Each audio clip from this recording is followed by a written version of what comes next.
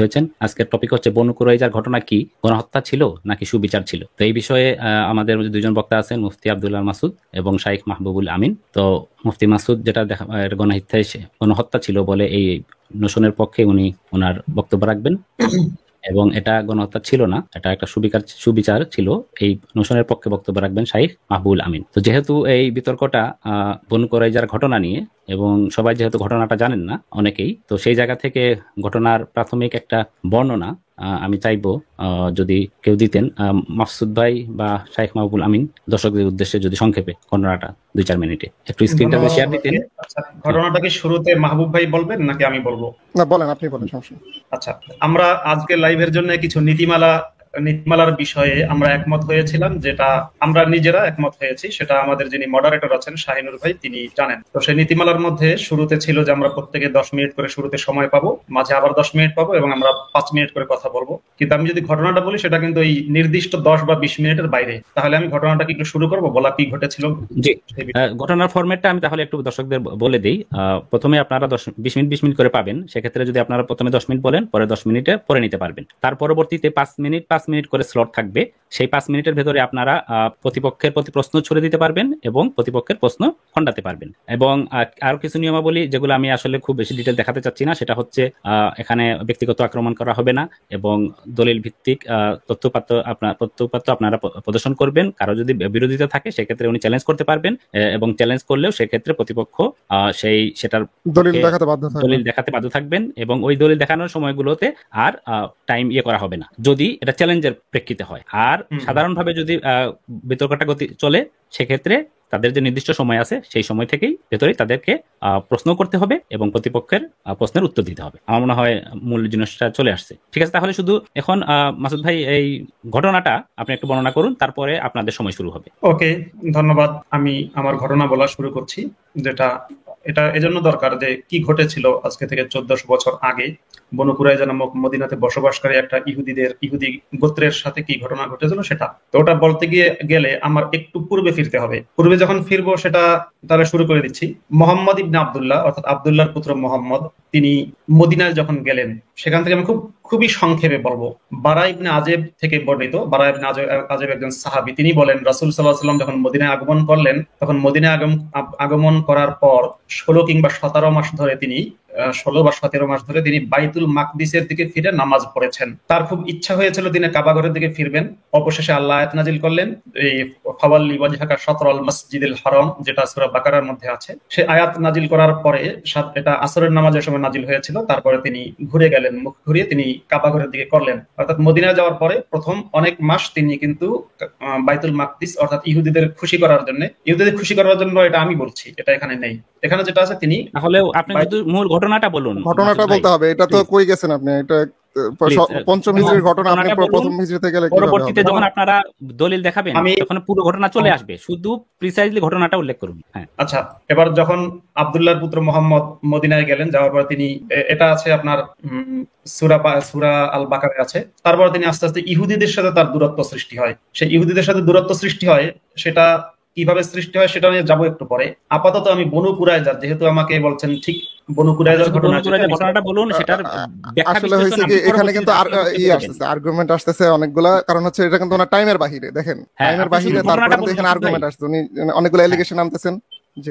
আপনি যদি এলিগেশন আনেন বা কোনো বক্তব্য আনেন, সেটা আপনার যে বক্তব্য টাইমের ভিতরে আনবেন। এখন শুধু আপনি ঘটনাটা বলুন কাইন্ডলি প্লিজ। আমি এখন ঘটনাটাই তাহলে চলে যাচ্ছি, শুধু ঘটনাটা বলুন। সূরা এই আল আহজাব থেকে যাচ্ছি, সূরা আল আহজাবের 26 নম্বর আয়াত। ওয়া আনজালাল্লাযীনা যাহারুহুম মিন আহলিল কিতাবি মিন সায়াসিহিম ওয়া কাযাফা ফি কুলুবিহিমুর রু'বা ফারিকান তাকতুলুনা ওয়া তাসিরুনা ফারিকা। আর যারা আহলে কিতাবদের মধ্যে হতে তাদেরকে সাহায্য করেছিল, তাদেরকে তিনি মানে আল্লাহ তাদের দুর্গ থেকে বের করেছেন এবং তাদের মনের মধ্যে তিনি ভীতির সঞ্চার করেছেন। তারপরে মুসলিমদের লক্ষ্য করে বলা হচ্ছে, তোমরা ওদের এক দলকে হত্যা করছিলে আর এক দলকে বন্দী করছিলে। এই বিষয়ে এটা আমি বললাম কোরআনের সূরা আল আহজাবের আয়াত নম্বর 26। তাফসির ইবনে কাসিরে এই বিষয়ে যারা লিখেছে, তাকাদ্দামা আন্না বানি কুরাইজা। আমি কি এটা স্ক্রিনে দেখাবো নাকি নিজে নিজে বললে চলবে? আপনি শুধু ঘটনাটা বলে ফেলুন মাসুদ ভাই, ওই আরবি পড়তে হবে না, আপনি শুধু ঘটনাটা বলুন, হাদিসের সাপেক্ষেই তো বলতেছেন, বলে ফেলুন। হ্যাঁ, তাফসীর ইবনে কাসির থেকে বলছি, আমি আরবি দেখে তর্জমা করে বলছি যে বনু কুরাইজা যখন এই আহজাবের যুদ্ধ সংঘটিত হলো, তখন বনু কুরাইজার লোকেরা তারা তাদের সাথে রাসূলের যে চুক্তি ছিল সেই চুক্তি ভঙ্গ করেছে, এবং সেই চুক্তি ভঙ্গ করেছে হুয়াই ইবনে আখতাবের দুতিয়ালিতে বা তার মাধ্যমে। হুয়াই ইবনে আখতাব তাদের দুর্গে প্রবেশ করেছেন এবং দুর্গে প্রবেশ করে কাব বিন আসাদ নামের যে বনু কুরাইজা গোত্রের যে প্রধান, তাকে তিনি বোঝানো শুরু করলেন। তিনি রাজি হলেন না, তিনি মোহাম্মদের সাথে বিশ্বাসঘাতকতা করতে বা মোহাম্মদের বিরুদ্ধাচরণ করতে রাজি হলেন না বনু কুরাইজা গোত্রের প্রধান। শেষমেশ বারবার বোঝানোর পরে বনু কুরাইজা গোত্রের যিনি প্রধান, তিনি এটাও বলেছেন ইন্নাকা মাশউমুন, তুমি বড় অলক্ষণ এলো। তবুও যখন হুয়াই ইবনে আখতাব বারবার তাকে বোঝাচ্ছিলেন, শেষমেশ তিনি কিছুটা রাজি হয়েছেন এবং মাত্র কয়েকজন লোক তারা তখন চিন্তা করলেন মুহাম্মদের সাথে তারা বিরোধিতা করবেন। এই চিন্তাটা করেছেন, এটা কিন্তু ইসলামিক রেফারেন্স থেকে বা তাফসীর থেকে বলছি। যখন আহজাবের যুদ্ধ শেষ হয়ে গেল এবং প্রায় 10 থেকে 12,000 যারা অর্থাৎ সম্মিলিত বাহিনী তারা যখন মদিনা অবরোধ করা থেকে পরিত্যাগ করলো, মদিনা থেকে যখন তারা চলে গেল, তখন মোহাম্মদ যেটা করলেন, মোহাম্মদ এবং তার সাহাবীরা নিজ নিজ ঘরে ফিরে গেলেন। ঘরে ফিরে গেলে সেখানে দিহিয়া কালবি মোহাম্মদের কাছে আসলেন, অর্থাৎ জিব্রাইল।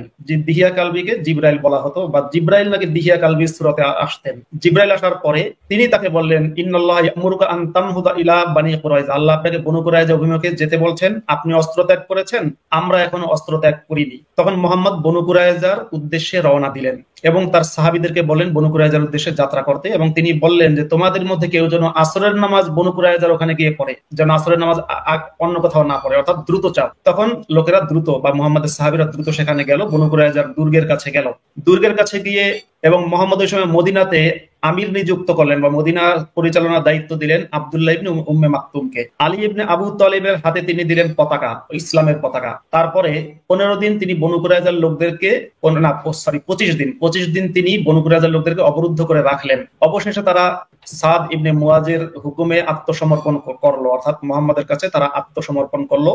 সাদ বিন মুয়াজ যিনি মুহাম্মাদের সাহাবী, তিনি হুকুম দিলেন যে বনু কুরাইজা গোত্রের যে সমস্ত লোক আছে তাদের যারা পুরুষ আছে তাদের গলা কেটে তাদের হত্যা করা হবে, সমস্ত পুরুষদের, প্রাপ্তবয়স্ক পুরুষদের, আর যারা নারী এবং শিশু আছে তাদেরকে দাসদাসী বানানো হবে। দাসদাসী বানানোর পরে বিক্রি করা হতে পারে কিংবা মুসলমানদের দায়িত্বে রাখা হতে পারে, কিন্তু দাসদাসী বানানো হবে। এটাই তো মনে হয় মূল কাহিনী নাকি? তখন মদিনার কাছে একটা বাজারে গর্ত খনন করা হয় এবং বনু কুরাইজার মোটামুটি কয়েকটা বর্ণনা পাওয়া যায়, 700 বা 900 সংখ্যার কিংবা 900 জন মানুষের, 900 জন পুরুষের শিরচ্ছেদ করে হত্যা করা হয়। এর মধ্যে 1 বা 2 নারীর কথা পাওয়া যায়, কোনো বর্ণনায় পাওয়া যায় 1 নারী, কোনো বর্ণনায় পাওয়া যায় 2 নারীরও গলা কেটে তাদের। ডিটেইলসের দরকার নাই মাসুদ ভাই, ডিটেইলসে যাওয়ার দরকার নাই। আমার মনে হয় মূল ঘটনা চলে আসছে, ঠিক আছে? হ্যাঁ, ঘটনা এই পর্যন্ত শেষ, এতটুকুই থাকুক। আমার মতে এটা গণহত্যা। হ্যাঁ, আপনার বক্তব্যের সময় বলবেন, আপনি প্রথম বক্তা হিসেবে বক্তব্য বলবেন। আমরা জাস্ট দুঃখিত দর্শকবৃন্দ, আপনাদেরকে আমরা ঘটনাটা যারা জানেন না তারা যাতে বিতর্কটা উপভোগ করতে পারেন এই জন্য শুধু প্রথমে ঘটনাটা আমরা জেনে নিলাম। আমি শুধু জানতে চাচ্ছি শাইখ মাহবুবুল আমিনের কাছ থেকে, মাসুদ ভাই যে ইয়েটা দিলেন, মাহবুব ভাই, এই ঘটনাটার সঠিক আছে কিনা ঐতিহাসিক? হ্যাঁ, ঘটনাটা কিছু অসঙ্গতি আছে। সমস্ত প্রাপ্তবয়স্কে হত্যার নির্দেশ দেননি ওখানে। যারা মুকাতিল ছিলেন আর কি, যারা হচ্ছে ওই জায়গাটা তাহলে আমরা বিতর্কের ভিতরে বের হয়ে যারা ছিলেন তাদেরকে, হ্যাঁ জি অবশ্যই এটা আমরা আশা করব ওই জায়গাটা বিতর্কের ভিতরে বের হয়ে আসবে।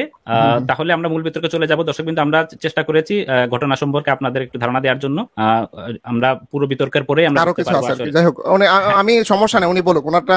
আমি এটাই বলছিলাম যে ওনার টাইমে এই জিনিসগুলোই উনি বলবেন, আবারও এইগুলোই বলবেন, দেখবেন। এই জন্য আমার টাইমে আবার আমি এগুলোই বলবো, সুতরাং আর্গুমেন্ট তো হবে এটা নিয়ে। জি, শুরু করুন। আসবে। তাহলে আমি কিন্তু এখন বিতর্কে চলে যাচ্ছি। মাসুদ ভাই, আপনি প্রথমে 20 মিনিট আপনার সময়, আপনি 10 মিনিট প্রথমে নিতে পারেন, 10 মিনিট ভেঙে নিতে পারেন। সেক্ষেত্রে আমাকে বলতে হবে আপনি কি প্রথমে 20 মিনিট বলবেন নাকি 10 মিনিট বলবেন, কারণ আমাকে টাইমটা না এটা এইভাবে না করে ওনার উপরে ছেড়ে দেন না।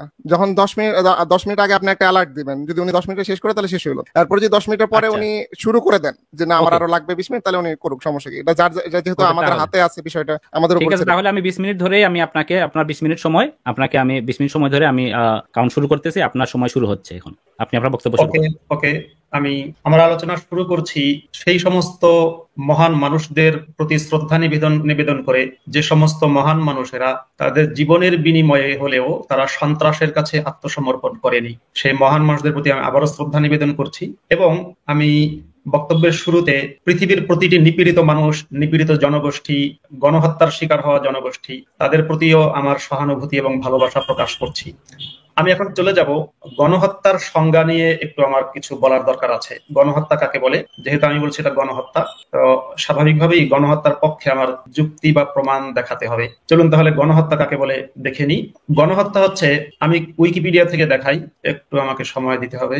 গণহত্যা, তার আগে আরেকটা জিনিস এখানে একটু বলে দিই, যে বনু কুরাইজার এই ঘটনাটাকে কোথাও কোথাও যুদ্ধ হিসেবে বলা হয়েছে। বনু কুরাইজার মানে অর্থাৎ ইসলামের রেফারেন্সে কোনো কোনো জায়গায় বলা হয়েছে এটা হচ্ছে বনু কুরাইজার যুদ্ধ।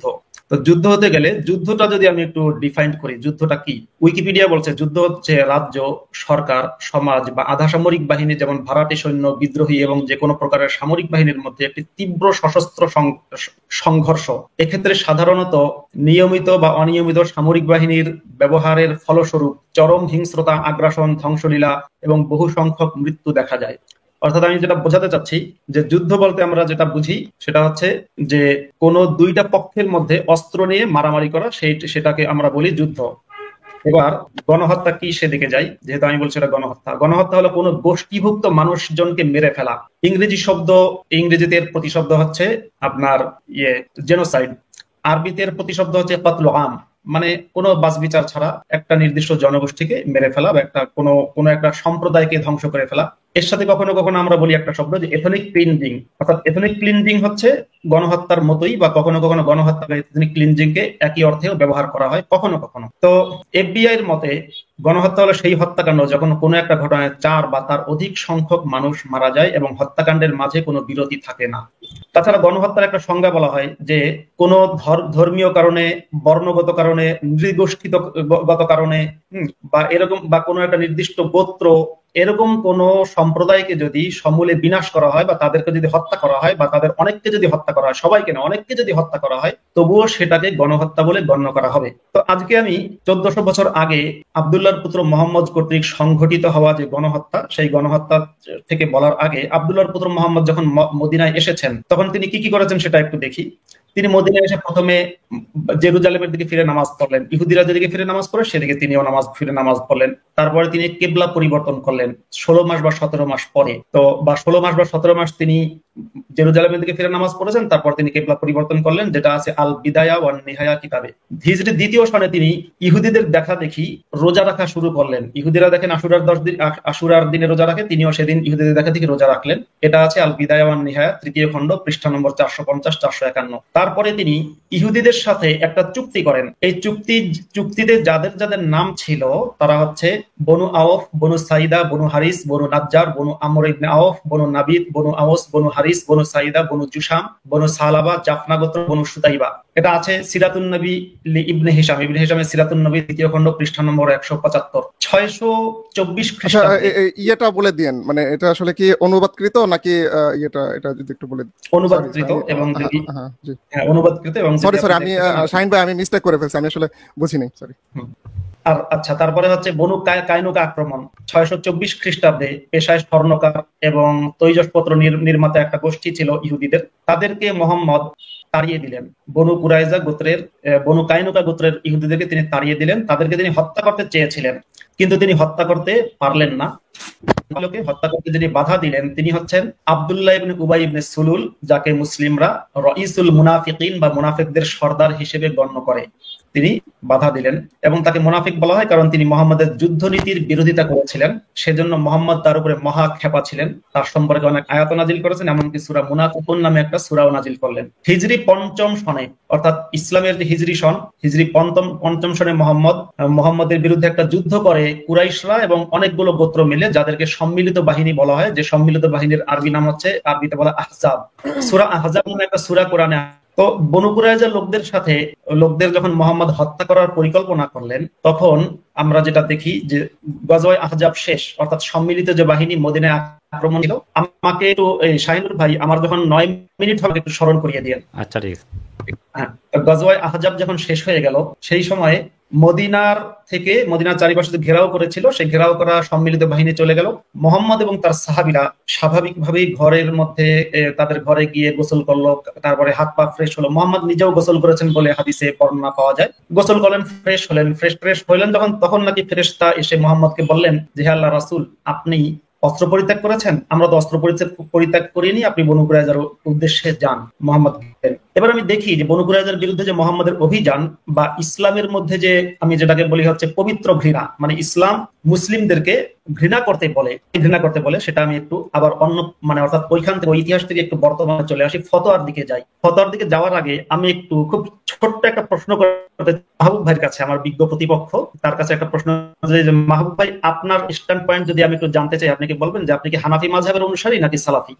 আমি সালাফি। আমি আসলে সহিহ হাদিস এবং সালাফগণের অনুসরণ করি, জি, এবং কোরআন সহিহ হাদিস সালাফি বলতে পারেন, জি। আপনি সালাফি, ওকে। তাহলে আমি একটু সালাফিদের বড় একজন শায়েখ আব্দুল আজিজ বিন আব্দুল্লাহ বিন বাজের কাছে একটু যাই। তিনি বলছেন, তার একটা লেখা চাইলে আমি শেয়ার করতে পারি। তিনি বলছেন উজুবু আদাওয়াতিল ইয়াহুদি ওয়াল মুশরিকিনা ওয়া গায়রিহিম মিনাল কুফফার, যে ইহুদি এবং মুশরিক সহ অন্যান্য কাফেরদের প্রতি শত্রুতা পোষণ করার আবশ্যিকতা। এখানে তিনি কোরআনের অনেকগুলো আয়াত উনি কিন্তু মুতাকাদ্দিমিন না, উনি মুতাআখিরিন অবশ্যই। আচ্ছা, হ্যাঁ, এটা আপনি ভালো বলেছেন, ঠিক আছে। তবু আমি উনি যে কোরআনের আয়াতগুলো দিয়ে দলিল দিয়েছেন, হ্যাঁ, যে আয়াতগুলো দিয়ে দলিল দিয়েছেন, আপনার 10 মিনিটের আর 1 মিনিট আছে, 1 মিনিট পরে আপনার 10 মিনিট শেষ হয়ে যাবে। আচ্ছা, ঠিক আছে। উনি যে আয়াতগুলো দিয়ে দলিল দিয়েছেন, সেই আয়াতগুলো আমি দেখাতে পারি। সেখানে তিনি বলেছেন যে মুসলমানদের জন্য সবসময়ই অমুসলিমদের প্রতি ঘৃণা পোষণ করে রাখা ওয়াজিব বা আবশ্যক। যদি উনি চান আমি ওনাকে দলিল দেখাবো। এবার আমি আমার বক্তব্য আপাতত শেষ করছি। আমি আমার বিজ্ঞ প্রতিপক্ষ মাহবুব ভাইয়ের কাছে যাচ্ছি, বা মানে আমার বক্তব্য আপাতত শেষ। ধন্যবাদ মুফতি মাসুদ আপনার বক্তব্যের জন্য। আপনি 10 মিনিট নিয়েছেন, আপনার বরাদ্দকৃত 20 মিনিট থেকে আপনি আপনার এই 10 মিনিট আপনার যখন প্রয়োজন আপনি চাইলে আবার নিতে পারবেন। এখন আমি চলে যাব সরাসরি শাইখ মাহবুবুল আমিনের কাছে। আপনারও থাকবে শুরুতে 20 মিনিট। আপনি কি প্রস্তুত? জি, আমাকে 9 মিনিট আগে একটা অ্যালার্ট দিবেন, তারপর যদি আমি চাই আমি পরের 10 মিনিট নিব, আশা করছি। ওকে, 9 মিনিটের যে অ্যালার্ট দিই তাহলে আমি 10 মিনিটেই সেট করি টাইমটা, আমার জন্য ইজি হবে। ওকে, যেহেতু আমি আপনাকে অ্যালার্ট দেব। ওকে, তাহলে আপনার টাইম শুরু হচ্ছে, আপনি শুরু করুন বক্তব্য। আচ্ছা, ধন্যবাদ। আজকের লাইভটি যিনি আয়োজন করেছেন এবং যিনি মডারেটর শাহিনুল ইসলাম ভাইকে, এবং আমার প্রতিপক্ষ মুফতি আব্দুল আল মাসুদ, এবং দর্শক যারা এই মুহূর্তে শুনছেন তাদের সবাইকে ধন্যবাদ জানাচ্ছি। আমার আওয়াজ কি ক্লিয়ার শোনা যাচ্ছে কিনা শাহিন ভাই? একটু দর্শকদের কাছ থেকে কমেন্ট নেবেন আশা করি। আমি বলে যাচ্ছি। হ্যাঁ, শোনা যাচ্ছে, আপনার স্পষ্ট শোনা যাচ্ছে, আপনি বলুন। জি। তো আমি প্রথমেই প্রশংসা আলহামদুলিল্লাহ রাব্বিল আলামিন ওয়াসসালাতু ওয়াসসালামু আলা রাসূলিল কারীম, আল্লাহ এবং তার রাসূলের প্রশংসা করে নিচ্ছি। তো যেহেতু আজকে আমাদের যে বিষয় অলরেডি স্ক্রিনে ঘুরছে যে বনু কুরাইজার ঘটনা কি গণহত্যা ছিল নাকি সুবিচার ছিল, তো আমার যিনি প্রতিপক্ষ উনি অবশ্যই একজন বিজ্ঞ প্রতিপক্ষ। তিনি আসলে আজকে টপিকে কতটা ছিলেন আসলে দর্শকরাই বিচার করবেন। বনু কাইনুকা বা ইহুদিদের সাথে মিলিয়ে রোজা রাখা বা কাবার দিকে কিবলা ছিল কি ছিল না, এগুলো আজকের টপিকের সাথে একদমই অসামঞ্জস্যপূর্ণ, এগুলো সম্পূর্ণ পরিত্যাজ্য, এগুলো আসলে আজকে মানে টাচ করার মতো কোনো বিষয়ই না। এই বনু কাইনুকা যদি আপনি বলেন যে বনু কাইনুকার কি হয়েছিল, তাদের কেন বিতাড়িত করা হয়েছে, তাদের অপরাধ কি ছিল, অবশ্যই আলোচনা হতে পারে। বনু কাইনুকার যে বিচারটা হয়েছিল সেটাও কিছু বিচার ছিল না অবিচার ছিল, সেটা নিয়ে আলোচনা হতে পারে। সুতরাং বনু কাইনুকার কোনো ঘটনা আজকে এখানে আনাটা সম্পূর্ণ অপ্রাসঙ্গিক বলে আমি মনে করছি। এবং অমুসলিমদের সাথে আমরা কি বিদ্বেষ পোষণ করব না ভালো মনোভাব পোষণ করব, সেই বিষয়ে অবশ্যই এটা আলাদা একটা টপিক। আমরা কি করব, আমরা কি এটা, আপনি একজন বরেণ্য আলেমে দ্বীনের উদ্ধৃতি দিয়েছেন, যদিও অবশ্যই আমরা তাকে মানি, কিন্তু তিনি কোন প্রেক্ষিতে কিভাবে কি বলেছেন সেটা অবশ্যই আলোচনাযোগ্য, এটা আজকের টপিকই না। সুতরাং আমরা চলে যাব বনু কুরাইজার ঘটনা। বনু কুরাইজার ঘটনায় কি হয়েছিল, যদিও তিনি শুরুতে কিছুটা বলার চেষ্টা করেছেন, আমি এখন এই মুহূর্তে বিস্তর বর্ণনা করার চেষ্টা করব। শাহিন ভাই আমার স্ক্রিনটা একটু শেয়ার করে দিবেন। আপনারা সবাই দেখতে পাচ্ছেন আমি একটা ম্যাপ আপনাদেরকে দেখাচ্ছি স্ক্রিনের মধ্যে, এখানে আমি জুম করে দেখাচ্ছি। এটা হলো আধুনিক ম্যাপের মধ্যে আমি যে বনু কুরাইজার সময়কার যে ম্যাপটা সিরাত গ্রন্থে বা বিভিন্ন ঐতিহাসিক গ্রন্থে পাওয়া যায়, সেটা এখানে আমি জাস্ট সেট করেছি। ট্রান্সপারেন্সি করে আমি এখানে সেট করেছি। সুতরাং এখানে আপনারা দেখতে পাচ্ছেন যে বনু কুরাইজার যে দুর্গটা আমি এখানে আপনাদেরকে দেখিয়ে দিচ্ছি। এই যে বেগুনি কালার মতো করা, এটা হচ্ছে হলো বনু কুরাইজার দুর্গ, আর এটা হচ্ছে হলো মসজিদে নববী, আর এটা হচ্ছে হলো গাজওয়ায়ে খন্দক, যেটা আপনার গাজওয়ায়ে খন্দকের সময় যে খন্দকটা খোঁড়া হয়েছিল, এটা হচ্ছিল সেই খন্দক। তো এবার আমরা মানে আসলে একটা জাজমেন্ট করতে গেলে, একটা বিচার কার্য করতে গেলে আমাদের আসলে মূল ঘটনাটা কি, মূল ঘটনা কি হয়েছিল, খুঁটিনাটি অনেক বিষয় আমাদেরকে জানতে হবে। সুতরাং আমি শুরু করছি। গাজওয়ায়ে খন্দক বা গাজওয়ায়ে আহজাব যেটাই বলেন, এই ঘটনা থেকে, এই যুদ্ধ থেকেই সূত্রপাত বনু কুরাইজার বিশ্বাসঘাতকতা। বনু কুরাইজাকে কখনোই নির্বিচারে গণহত্যা করা হয়নি। আমার দাবি বনু কুরাইজাকে কখনোই নির্বিচারে গণহত্যা করা হয়নি, তাদেরকে বিচারের আওতায় এনে তাদের শাস্তি নিশ্চিত করা হয়েছে, শুধুমাত্র এতটুকুই। তো আজকে আমি আপনাদেরকে প্রমাণ করে দিব কিভাবে বনু কুরাইজা আসলে বিশ্বাসঘাতকতা করেছিল এবং তাদেরকে কি জন্য এই মৃত্যুদণ্ডে দণ্ডিত করা হয়েছে। আপনারা দেখতে পাচ্ছেন স্ক্রিনে আমি এখানে লাল কালারের কিছু অ্যারো চিহ্ন দিয়ে রেখেছি। এটা হচ্ছে হলো মুশরিক বাহিনী বা যৌথ বাহিনী, যেটা আব্দুল মাসুদ সাহেব বলেছেন। এই যৌথ বাহিনী তারা মদিনাতে আক্রমণ করেছে। মদিনার যত মানুষ আছে, মদিনার মুসলিম বাহিনীকে নিঃশেষ করে দেওয়ার জন্য এবং মুসলিমদের সমর্থনে যারা ছিল, ইহুদি খ্রিস্টান যারা ছিল, তাদেরকে নিঃশেষ করে দেওয়ার জন্য পুরা মদিনা, পুরা আরবের বাছাইকৃত যোদ্ধা গোষ্ঠীরা আনুমানিক 10,000 থেকে তারও বেশি কিছু যোদ্ধা তারা আক্রমণ করেছিল। এবং আমি শুরুতে বলে নিতে চাই যে একটা চুক্তি হয়েছিল যখন রাসূল সাল্লাল্লাহু আলাইহি ওয়াসাল্লাম মদিনায় এসেছিলেন। মদিনার অবস্থা আসলে পুরো আরবের অবস্থা, জাজিরাতুল আরবের অবস্থা ছিল এই, কোনো আইনের শাসন ছিল না, গোত্র গোত্র ভাগ ছিল। এই বনু কাইনুকা, এই বনু কুরাইজা, বনু আউস, বনু খাজরাজ এবং হচ্ছে হলো বনু হারেসা, বিভিন্ন গোত্রে গোত্রে তারা ভাগ ছিল। এক একজনের সাথে এক একজনের মৈত্রীতা ছিল এবং তাদের মধ্যে যে সমস্ত অপরাধগুলো সংগঠিত হতো, যদি কেউ কাউকে খুন করতো তাহলে এক গোত্রের মানুষ আরেক গোত্রকে, যে গোত্রকে খুন করেছে, যে গোত্রের একজন মানুষকে খুন করেছে আরেক গোত্রে, তারা আবার প্রতিশোধ নেওয়ার জন্য ওই গোত্রের আরেকজন মানুষকে খুন করতো। বিভিন্ন বিশৃঙ্খলা ভরে ছিল পুরো আরব, এবং মদিনাও এটার মধ্যে ইনক্লুডেড। সুতরাং আমি একটু আপনাদেরকে একটা জিনিস দেখাতে চাই, সেটা হচ্ছে হলো যে যখনই রাসূল সাল্লাল্লাহু আলাইহি ওয়াসাল্লাম মদিনায় আসলেন, মদিনায় এসে তিনি যখনই একটু মানে স্বাভাবিক অবস্থায় আসলেন, তখনই তিনি পুরা জাতিটাকে, মদিনার যতগুলো গোত্র আছে, যতগুলো আপনার মানুষ আছে, সবাইকে একত্রিত করে তিনি একটা রাষ্ট্র গঠন করলেন এবং তিনি একটা চুক্তি ইহুদি এবং মুসলিমদের মাঝে, ইহুদি এবং মদিনায় বসবাসকারী মুসলিম এবং খ্রিস্টান সবার সাথেই তিনি একটা চুক্তিতে আবদ্ধ হন যে আমরা এখন থেকে এই নিয়মে চলবো। চুক্তিটা আছে আল বিদায়া ওয়ান নিহায়ার দ্বিতীয় খণ্ডে, আমি যদি ভুল না করে থাকি দ্বিতীয় খণ্ডে, আমি একটু দেখে নিচ্ছি, দুঃখিত, তৃতীয় খণ্ডে রয়েছে চুক্তিটা, ইসলামিক ফাউন্ডেশন কর্তৃক অনুবাদকৃত। এখানে আপনারা পিডিএফটা ডাউনলোড করে আপনারা সবাই দেখে নিতে পারবেন। আমি এখানে 26 থেকে কয়েকটা আমি পড়ে শোনাচ্ছি আপনাদেরকে, আপনারা পুরোটা পড়তে পারেন। এর আগের 404 পৃষ্ঠার আগে থেকে 2-3 পৃষ্ঠা আগে থেকেই এই চুক্তির লিস্টটা শুরু হয়েছে। কেউ বিশ্বাসঘাতকতা করলে তা করবে নিজের সঙ্গেই, তবে জুলুমের বিপরীতে জুলুমের শাস্তি তাকে পেতে হবে। চুক্তিপত্রের অনুসারীর বিরুদ্ধে যে যুদ্ধ করবে তার বিরুদ্ধে সাহায্য করা সকলের কর্তব্য হবে। কুরাইশ এবং তাদের সাহায্যকারীকে আশ্রয় দেওয়া যাবে না।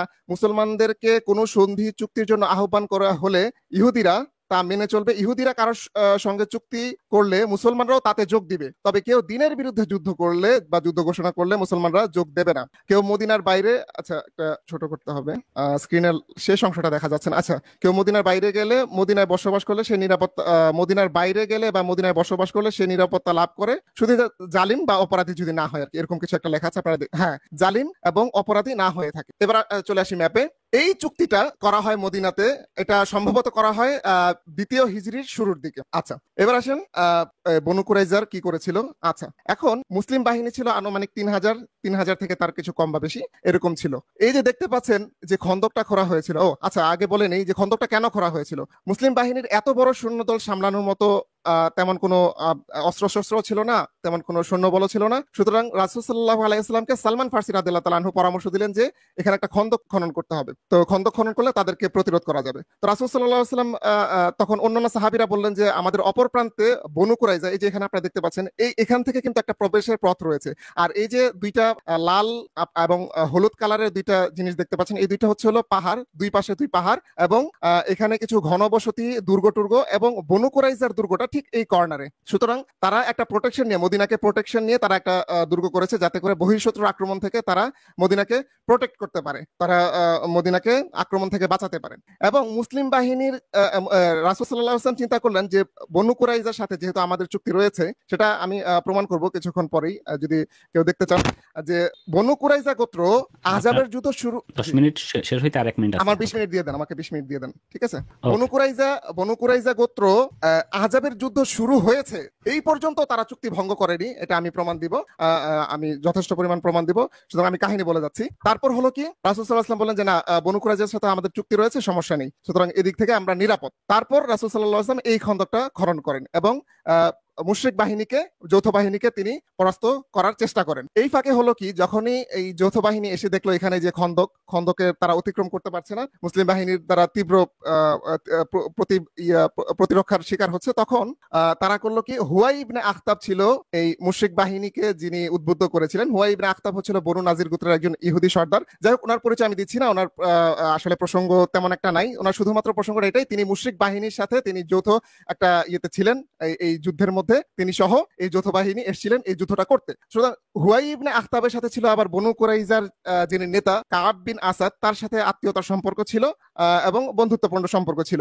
সুতরাং হুয়াই ইবনে আখতাব করলো কি, যে যখনই দেখলো এই এরকম প্রতিরোধমূলক ব্যবস্থা, তখনই সে চিন্তা করলো যে যেহেতু আমাদের মদিনার অপর প্রান্ত থেকে আক্রমণের একটা ব্যবস্থা রয়েছে এবং সেটা আমারই একজন বন্ধুর দুর্গ, এটা পার করতে পারলেই আমরা কিন্তু এই ভেতর থেকে মুসলিম বাহিনীকে আমরা কিন্তু আক্রমণ করতে পারি। আরেকটা জিনিস আপনাদেরকে বলে রাখা ভালো, আপনারা দেখতে পাচ্ছেন যে এখানে একটা অবস্থান, এই যে আমার কার্সরটা যেখানে আছে, এটা হচ্ছিল বনু হারেসা এবং আরো কিছু গোত্রের কিছু দুর্গ ছিল। এখানে মহিলা এবং শিশু এবং যারা মানে যুদ্ধে অক্ষম ছিল, বৃদ্ধ অথবা যুদ্ধে অক্ষম কিছু সাবালক পুরুষও ছিল, তারা এই জায়গাটাতে অবস্থান করতেছিল নিরাপত্তা, এবং তাদের নিরাপত্তার বেষ্টনী কিন্তু এই বনু কুরাইজার দুর্গটা দিয়ে রেখেছিল।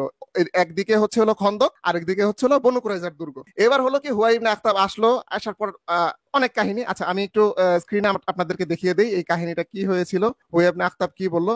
অবশ্য আমার বিজ্ঞ প্রতিপক্ষ তিনি আলোচনা করেছেন, তারপর আমি আপনাদেরকে একেবারে সারজমিনে দেখিয়ে দিচ্ছি। আচ্ছা, এখানে আপনারা দেখতে পাচ্ছেন এটা হচ্ছিল সিরাত ইবনে হিশামের 3য় খণ্ডের 220 পৃষ্ঠায়। এখানে দেখতে পাচ্ছেন যে হুয়াই চিৎকার করে বলল, হে কাব, তোমার কি হলো, দরজা খোলো। কাব ধিক্কার দিয়ে বলল, হে হুয়াই, তুমি একটি অলক্ষণে, মুহাম্মদের সঙ্গে আমার চুক্তি আছে। এই যে হুয়াই কিন্তু কাব বিন আসাদ, যিনি বনু কুরাইজার যে নেতা, সে কিন্তু বলছে মুহাম্মদের সঙ্গে আমার চুক্তি আছে, আমি তো সেই চুক্তি কিছুতেই ভাঙবো না। অর্থাৎ আমি যেটা দাবি করেছিলাম যে আহজাবের যুদ্ধ শুরু হয়েছে এবং লড়াই চলছে, এই মুহূর্তে মানে এই পর্যন্ত কাব বিন আসাদ অর্থাৎ বনু কুরাইজা এরা কেউই চুক্তি ভঙ্গ করে নাই। এবং দেখেন হুয়াই ইবনে আখতাব কিন্তু এই স্বীকারোক্তি দিচ্ছে। তো আমি তাকে সর্বদা ওয়াদা রক্ষাকারী এবং বিশ্বস্তই পেয়েছি। তার মানে হচ্ছে হলো এই পর্যন্ত 5ম হিজরি পর্যন্ত বনু কুরাইজার যে সর্দার, সে বলছে যে 5ম হিজরি পর্যন্ত মুহাম্মদ সাল্লাল্লাহু আলাইহি ওয়াসাল্লামকে সে সর্বদা ওয়াদা রক্ষাকারী হিসাবে এবং বিশ্বস্ত হিসাবে পেয়েছে। এখান থেকে প্রমাণ হয়ে গেল। এবং তারপর বাকিটা আব্দুল্লাহ মাসুদ সাহেব তিনি বলেছেন। সুতরাং পরবর্তীতে কি হলো, হুয়াই ইবনে আখতাব অনেক কিছু বোঝালো যে আমরা অনেক সৈন্য নিয়ে এসেছি, মুহাম্মদকে নিঃশেষ না করে যাব না, তুমি রাজি হয়ে যাও, আমরা সবাই মিলেমিশে আবার একত্রে বসবাস করবো, এই করবো সেই করবো, অনেক কিছু বোঝানোর পর শেষে কাব বিন আসাদ অর্থাৎ বনু কুরাইজার গোত্র চুক্তি ভেঙে ফেললো। ওকে, এবার আসি। আচ্ছা, আমি এবার স্ক্রিনটা শেয়ার দিচ্ছি। এবার তাহলে আমি আমার আর্গুমেন্ট দাঁড় করাই। আচ্ছা, এবার আপনাদের কাছে প্রশ্ন, এই পর্যন্ত আপনারা যা শুনলেন, এই যে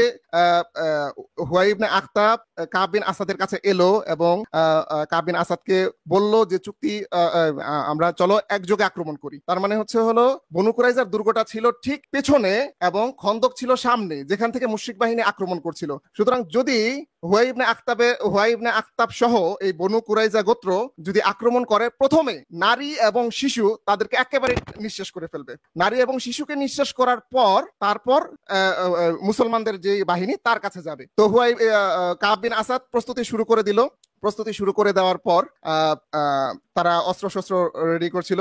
রাসূল সাল্লাল্লাহু আলাইহি ওয়াসাল্লামের কানে যখন এই খবরটা গেল, তিনি তখন সাদ বিন মুআজ এবং সাদ বিন ওবাদা এবং জুবাইর রাদিয়াল্লাহু তাআলা আনহু এই তিনজন সাহাবীকে পাঠিয়েছিলেন যে যাচাই করার জন্য। শুনলাম যে বনু কুরাইজা গোত্র নাকি চুক্তি ভঙ্গ করেছে। তখন এই তিনজন সাহাবী গেলেন বনু কুরাইজার গোত্রে যাচাই করার জন্য, এবং তারা গিয়ে সত্যই দেখলেন যে তারা যুদ্ধের প্রস্তুতি নিচ্ছে এবং তারা রাসূল সাল্লাল্লাহু আলাইহি ওয়াসাল্লামকে গালাগাল করছে। সাদ বিন মুআয কিছুটা চিৎকার চেঁচামেচি করছে এবং বলছে তোমাদের সাথে আমাদের কোনো চুক্তি নেই। একটু আগে দেখলেন হুয়াই ইবনে আখতাবের কাছে কাব বিন আসাদ বনু কুরাইজার যে নেতা, কাব বিন আসাদ বনু কুরাইজার যে নেতা, সে স্বীকারোক্তি দিল যে মুহাম্মদের সাথে আমাদের চুক্তি রয়েছে এবং আমি তাকে কখনোই ওয়াদার বরখেলাপ করতে দেখিনি, পাইনি। এবং পরবর্তীতে যখন সাদ বিন মুআয রাদিয়াল্লাহু তাআলা আনহু গেল তখন তাকে বলছে তোমাদের সাথে আমার কোনো চুক্তি নেই। তার মানে কি বোঝা গেল? সম্পূর্ণ এখানে মদিনার যেই এমন একটা পরিস্থিতি, একদিকে যৌথ বাহিনীর আক্রমণ, একদিকে রাসূল সাল্লাল্লাহু আলাইহি ওয়াসাল্লাম পুরা সৈন্যবল নিয়ে তাদেরকে প্রতিরোধ করার চেষ্টায় রত, আর ওইদিকে যাদেরকে তিনি ভরসা মনে করেছিলেন, যাদের কারণে তিনি নারী শিশুদেরকে এমন একটা পজিশনে রেখেছিলেন যেখানে তারা নিরাপদ থাকবে। আচ্ছা, হ্যাঁ বলুন, আপনার কি কোনো টাইমটা পজ করবেন? জি হ্যাঁ, টাইম পজ করেছি। মিউট করা উনি, আপনি মিউটে আছেন মুফতি মাসুদ। উনি যে বলছেন যে তিনজন লোককে পাঠিয়েছেন আগে যাচাই করার জন্য এবং গিয়ে দেখলো তারা যে বনু কুরাইজা লোকেরা। জি আমি রেফারেন্স দিচ্ছি। হ্যাঁ ওকে, রেফারেন্সটা আপনি না রেফারেন্সটা শো করবেন। যত রেফারেন্স শো করা পর্যন্ত দর্শকবৃন্দ এই সময়টা কাউন্টিং থেকে বাদ যাবে। টাইমটা পজ করা আছে। আমি দর্শকদের ক্লারিফিকেশনের জন্য বলতেছি, যদি কেউ চ্যালেঞ্জ করে কোনো তথ্যকে, সেক্ষেত্রে প্রতিপক্ষ সেই চ্যালেঞ্জের রেফারেন্স দেখাবেন এবং সেই আমরা রেফারেন্সটা দেখব। শুধু উনি রেফারেন্সের উপরই ফোকাস করবেন, অন্য কোনো কথা বলতে পারবেন না, এবং যে রেফারেন্সটা দেখাবেন সেই সময় কাল কাউন্টিং হবে না। আমরা এখন অপেক্ষা করব শাইখ মাহবুবুল আমিন যে তথ্যকে চ্যালেঞ্জ করেছেন। জি জি অবশ্যই আমি এখনই দেখাবো। জি আমার স্ক্রিনটা একটু শেয়ার দেন। জি ওকে, এটা হলো আচ্ছা, রেফারেন্সটা হলো ইবনে হিশামের সিরাতে ইবনে হিশামের ইসলামিক ফাউন্ডেশন কর্তৃক অনুবাদকৃত তৃতীয় খণ্ডে রয়েছে, যথাসময়ে রাসূলুল্লাহ সাল্লাল্লাহু আলাইহি ওয়াসাল্লাম মুসলিমদের কাছে কাবের বিশ্বাসঘাতকতার সংবাদ পৌঁছে গেল, রাসূল সাল্লাল্লাহু আলাইহি ওয়াসাল্লামের কাছে পৌঁছে গেল। তিনি ঘটনার সত্যতা যাচাইয়ের জন্য আউস গোত্রের নেতা সাদ ইবনে মুআয ইবনে নোমান রাদিয়াল্লাহু তাআলা আনহু, খাজরাজ গোত্রের নেতা সাদ ইবনে উবাদা এবং যিনি বনু সাইদ ইবনে কাব খাজরাজের লোক ছিলেন, এবং তার সাথে হারিস ইবনে খাজরাজ গোত্রের আব্দুল্লাহ ইবনে রাওয়াহা, আচ্ছা তিনজন বলেছিলাম, চারজন পাওয়া যাচ্ছে, আমর ইবনে আউফ গোত্রের খাওয়াত ইবনে জুবাইর রাদিয়াল্লাহু তাআলা আনহুকে পাঠান। তিনি তাদেরকে বলেন গিয়ে দেখো তাদের সম্পর্কে আমরা যে সংবাদ পেয়েছি তা সত্য কিনা, সত্য হলে আমাকে এমন সংকেতে জানাবে যা কেবল আমি বুঝতে পারি। আর কিছু পড়া লাগবে কি? ওকে, আই থিংক রেফারেন্স পর্ব শেষ হয়ে গেছে। ঠিক আছে, তাহলে আমি কি আবার টাইম কাউন্টিং করব? এখানে আর কোনো কথা আছে মাসুদ ভাই? তাহলে আমরা ইয়েতে চলে যাচ্ছি। আপনার টাইম আবার শুরু হচ্ছে, আমি আবার রিজিউম করতেছি। ঠিক আছে, আপনার সময় আছে আর 4 মিনিট 17 সেকেন্ড আর কি ধরেন প্রায়। তো এবার আসুন, তারপর কি হলো? যাচাইয়ের পরে সবকিছু ফাইনাল হয়ে গেল, রাসূল সাল্লাল্লাহু আলাইহি ওয়াসাল্লাম চিন্তিত হয়ে পড়লেন। তখন ঘটনা ঘটলো কি, একজন ব্যক্তির আগমন ঘটলো, যে বনু গাতাফান গোত্র ছিল যৌথ বাহিনীর একটা গোত্র। এই গোত্রের একজন লোক নোয়াইম ইবনে মাসউদ ইসলাম গ্রহণ করে ফেললো এবং তার গোত্রের কেউ জানে না, এবং নোয়াইম ইবনে মাসউদের সাথে বনু কুরাইজা গোত্রের একটা সম্পর্ক ছিল, ভালো সম্পর্ক ছিল, বন্ধুত্বপূর্ণ। সে রাসূল সাল্লাল্লাহু আলাইহি ওয়াসাল্লামের কাছে আসলো এবং বলল যে আমি যে ইসলাম গ্রহণ করেছি এটা আমার গোত্রের কেউই জানে না এবং বনু কুরাইজার গোত্রেরও কেউ জানে না, সুতরাং আমি কি আপনাকে কোনো সাহায্য করতে পারি? তখন রাসূল সাল্লাল্লাহু আলাইহি ওয়াসাল্লাম বলছেন করো। তখন নোয়াইম ইবনে মাসউদ গিয়ে তাদের মধ্যে কুরাইশ যে যৌথ বাহিনী তাদের মাঝে এবং কি বলে এই বনু কুরাইজার মাঝে তাদের এই ইয়েটা ভেঙে দিল, যে তাদের মধ্যে যেই ইয়েটা আদান প্রদানটা হচ্ছিল তাদের মধ্যে একটা সন্দেহ সৃষ্টি করে দিল। সুতরাং তারপরেই আর মানে এই যে আক্রমণটা করার চেষ্টা ছিল যে একেবারে নারী শিশু সমূলে শেষ করে দিবে, পিছন থেকে আক্রমণ করবে, এই আক্রমণটা তারা আর করতে পারেনি। সাথে সাথে আল্লাহ তাআলা আবহাওয়াটার কিছু পরিবর্তন করলেন। আবু সুফিয়ানের যে ঘোড়া ছিল, উট ছিল, তারা না খেয়ে মারা যাচ্ছিল, তারা রান্না করতে পারছিল না, আগুন নিভে যাচ্ছিল, ইত্যাদি ইত্যাদি হওয়ার পরে তারা ফিরে যায় এবং তার পরবর্তীতে তিনি বনু কুরাইজার গোত্রে তিনি অভিযান চালান এবং সেখানে তাদেরকে আত্মসমর্পণ করতে বাধ্য করেন এবং তিনি তাদের বিচার কার্য সম্পন্ন করেন। এখন দর্শক বৃন্দদের কাছে আমার প্রশ্ন সেটা হলো যে বনু কুরাইজা গোত্র যা করেছে এটা যদি বাংলাদেশে হতো। আচ্ছা আমরা একটু বাংলাদেশের যে সংবিধান আছে, বাংলাদেশের সংবিধান থেকে, বাংলাদেশের সংবিধানটা আমি একটু, আচ্ছা আমার কত মিনিট আছে ইয়ে ভাই? আমি আসলে এই স্ক্রিন শেয়ারটা এমন ভাবে 2.5 মিনিট। আচ্ছা আমি একটু বাংলাদেশের সংবিধানটা একটু দেখিয়ে দিই। বাংলাদেশ ইন্ডিয়া এবং বাংলাদেশ ইন্ডিয়া সহ বিভিন্ন দেশে এই ইয়েটা আছে। আমি বাংলাদেশেরটা প্রথমে দেখাচ্ছি। জি, বাংলাদেশের সংবিধানের 1860 সংবিধান না, দুঃখিত, বাংলাদেশ পেনাল দি পেনাল কোড 1860 অ্যাক্ট নাম্বার হচ্ছে হলো ধারাটা হচ্ছে হলো 121। এখানে যেটা লেখা আছে, whoever wages war against Bangladesh, যে বাংলাদেশের বিরুদ্ধে যুদ্ধ করবে, or attempts to wage such war, বা যুদ্ধের চেষ্টা করবে, অর অ্যাবেটস দ্য চেষ্টা করবে অথবা সাহায্য করবে আর কি, এরকম কিছু একটা, or abets the punish with death, মানে চেষ্টাও করবে, যদি চেষ্টাও করে তাও তাকে মৃত্যুদণ্ড দেওয়া হবে, or imprisonment for life and shall also be liable two fine, এবং তাকে আর্থিক জরিমানাও করা হবে। এবং ইন্ডিয়াতেও কিন্তু এই ইয়েটা এরকমই 121 এই ধারাটা রয়েছে 1860 ইন্ডিয়ান পেনাল কোডের, আপনারা সবাই চাইলে দেখে নিতে পারেন। সুতরাং বাংলাদেশে যদি ধরেন এমন কোন পরিস্থিতি আসলো, এবং যদি ধরেন, আমি উদাহরণ দিয়ে বলছি, আমি এক্সাক্ট বলছি না, ধরেন চাকমারা বা গারোরা কেউ যদি এই ধরনের কাণ্ড করে, যে ছোট্ট একটা প্রশ্ন, আচ্ছা, ওনার 1 মিনিট আছে, শেষ করে ফেলুক। এটাকে রাষ্ট্রদ্রোহ ছিল কিনা? তাহলে আমি পজ করতেছি, দাঁড়ান। হ্যাঁ, এটা রাষ্ট্রদ্রোহ ছিল কিনা শেষ? এটা তো আপনার প্রশ্ন পড়বে করলে মনে ভালো হইতো। 1 মিনিট আছে যেহেতু, আমি টাইমটা পজ করছি,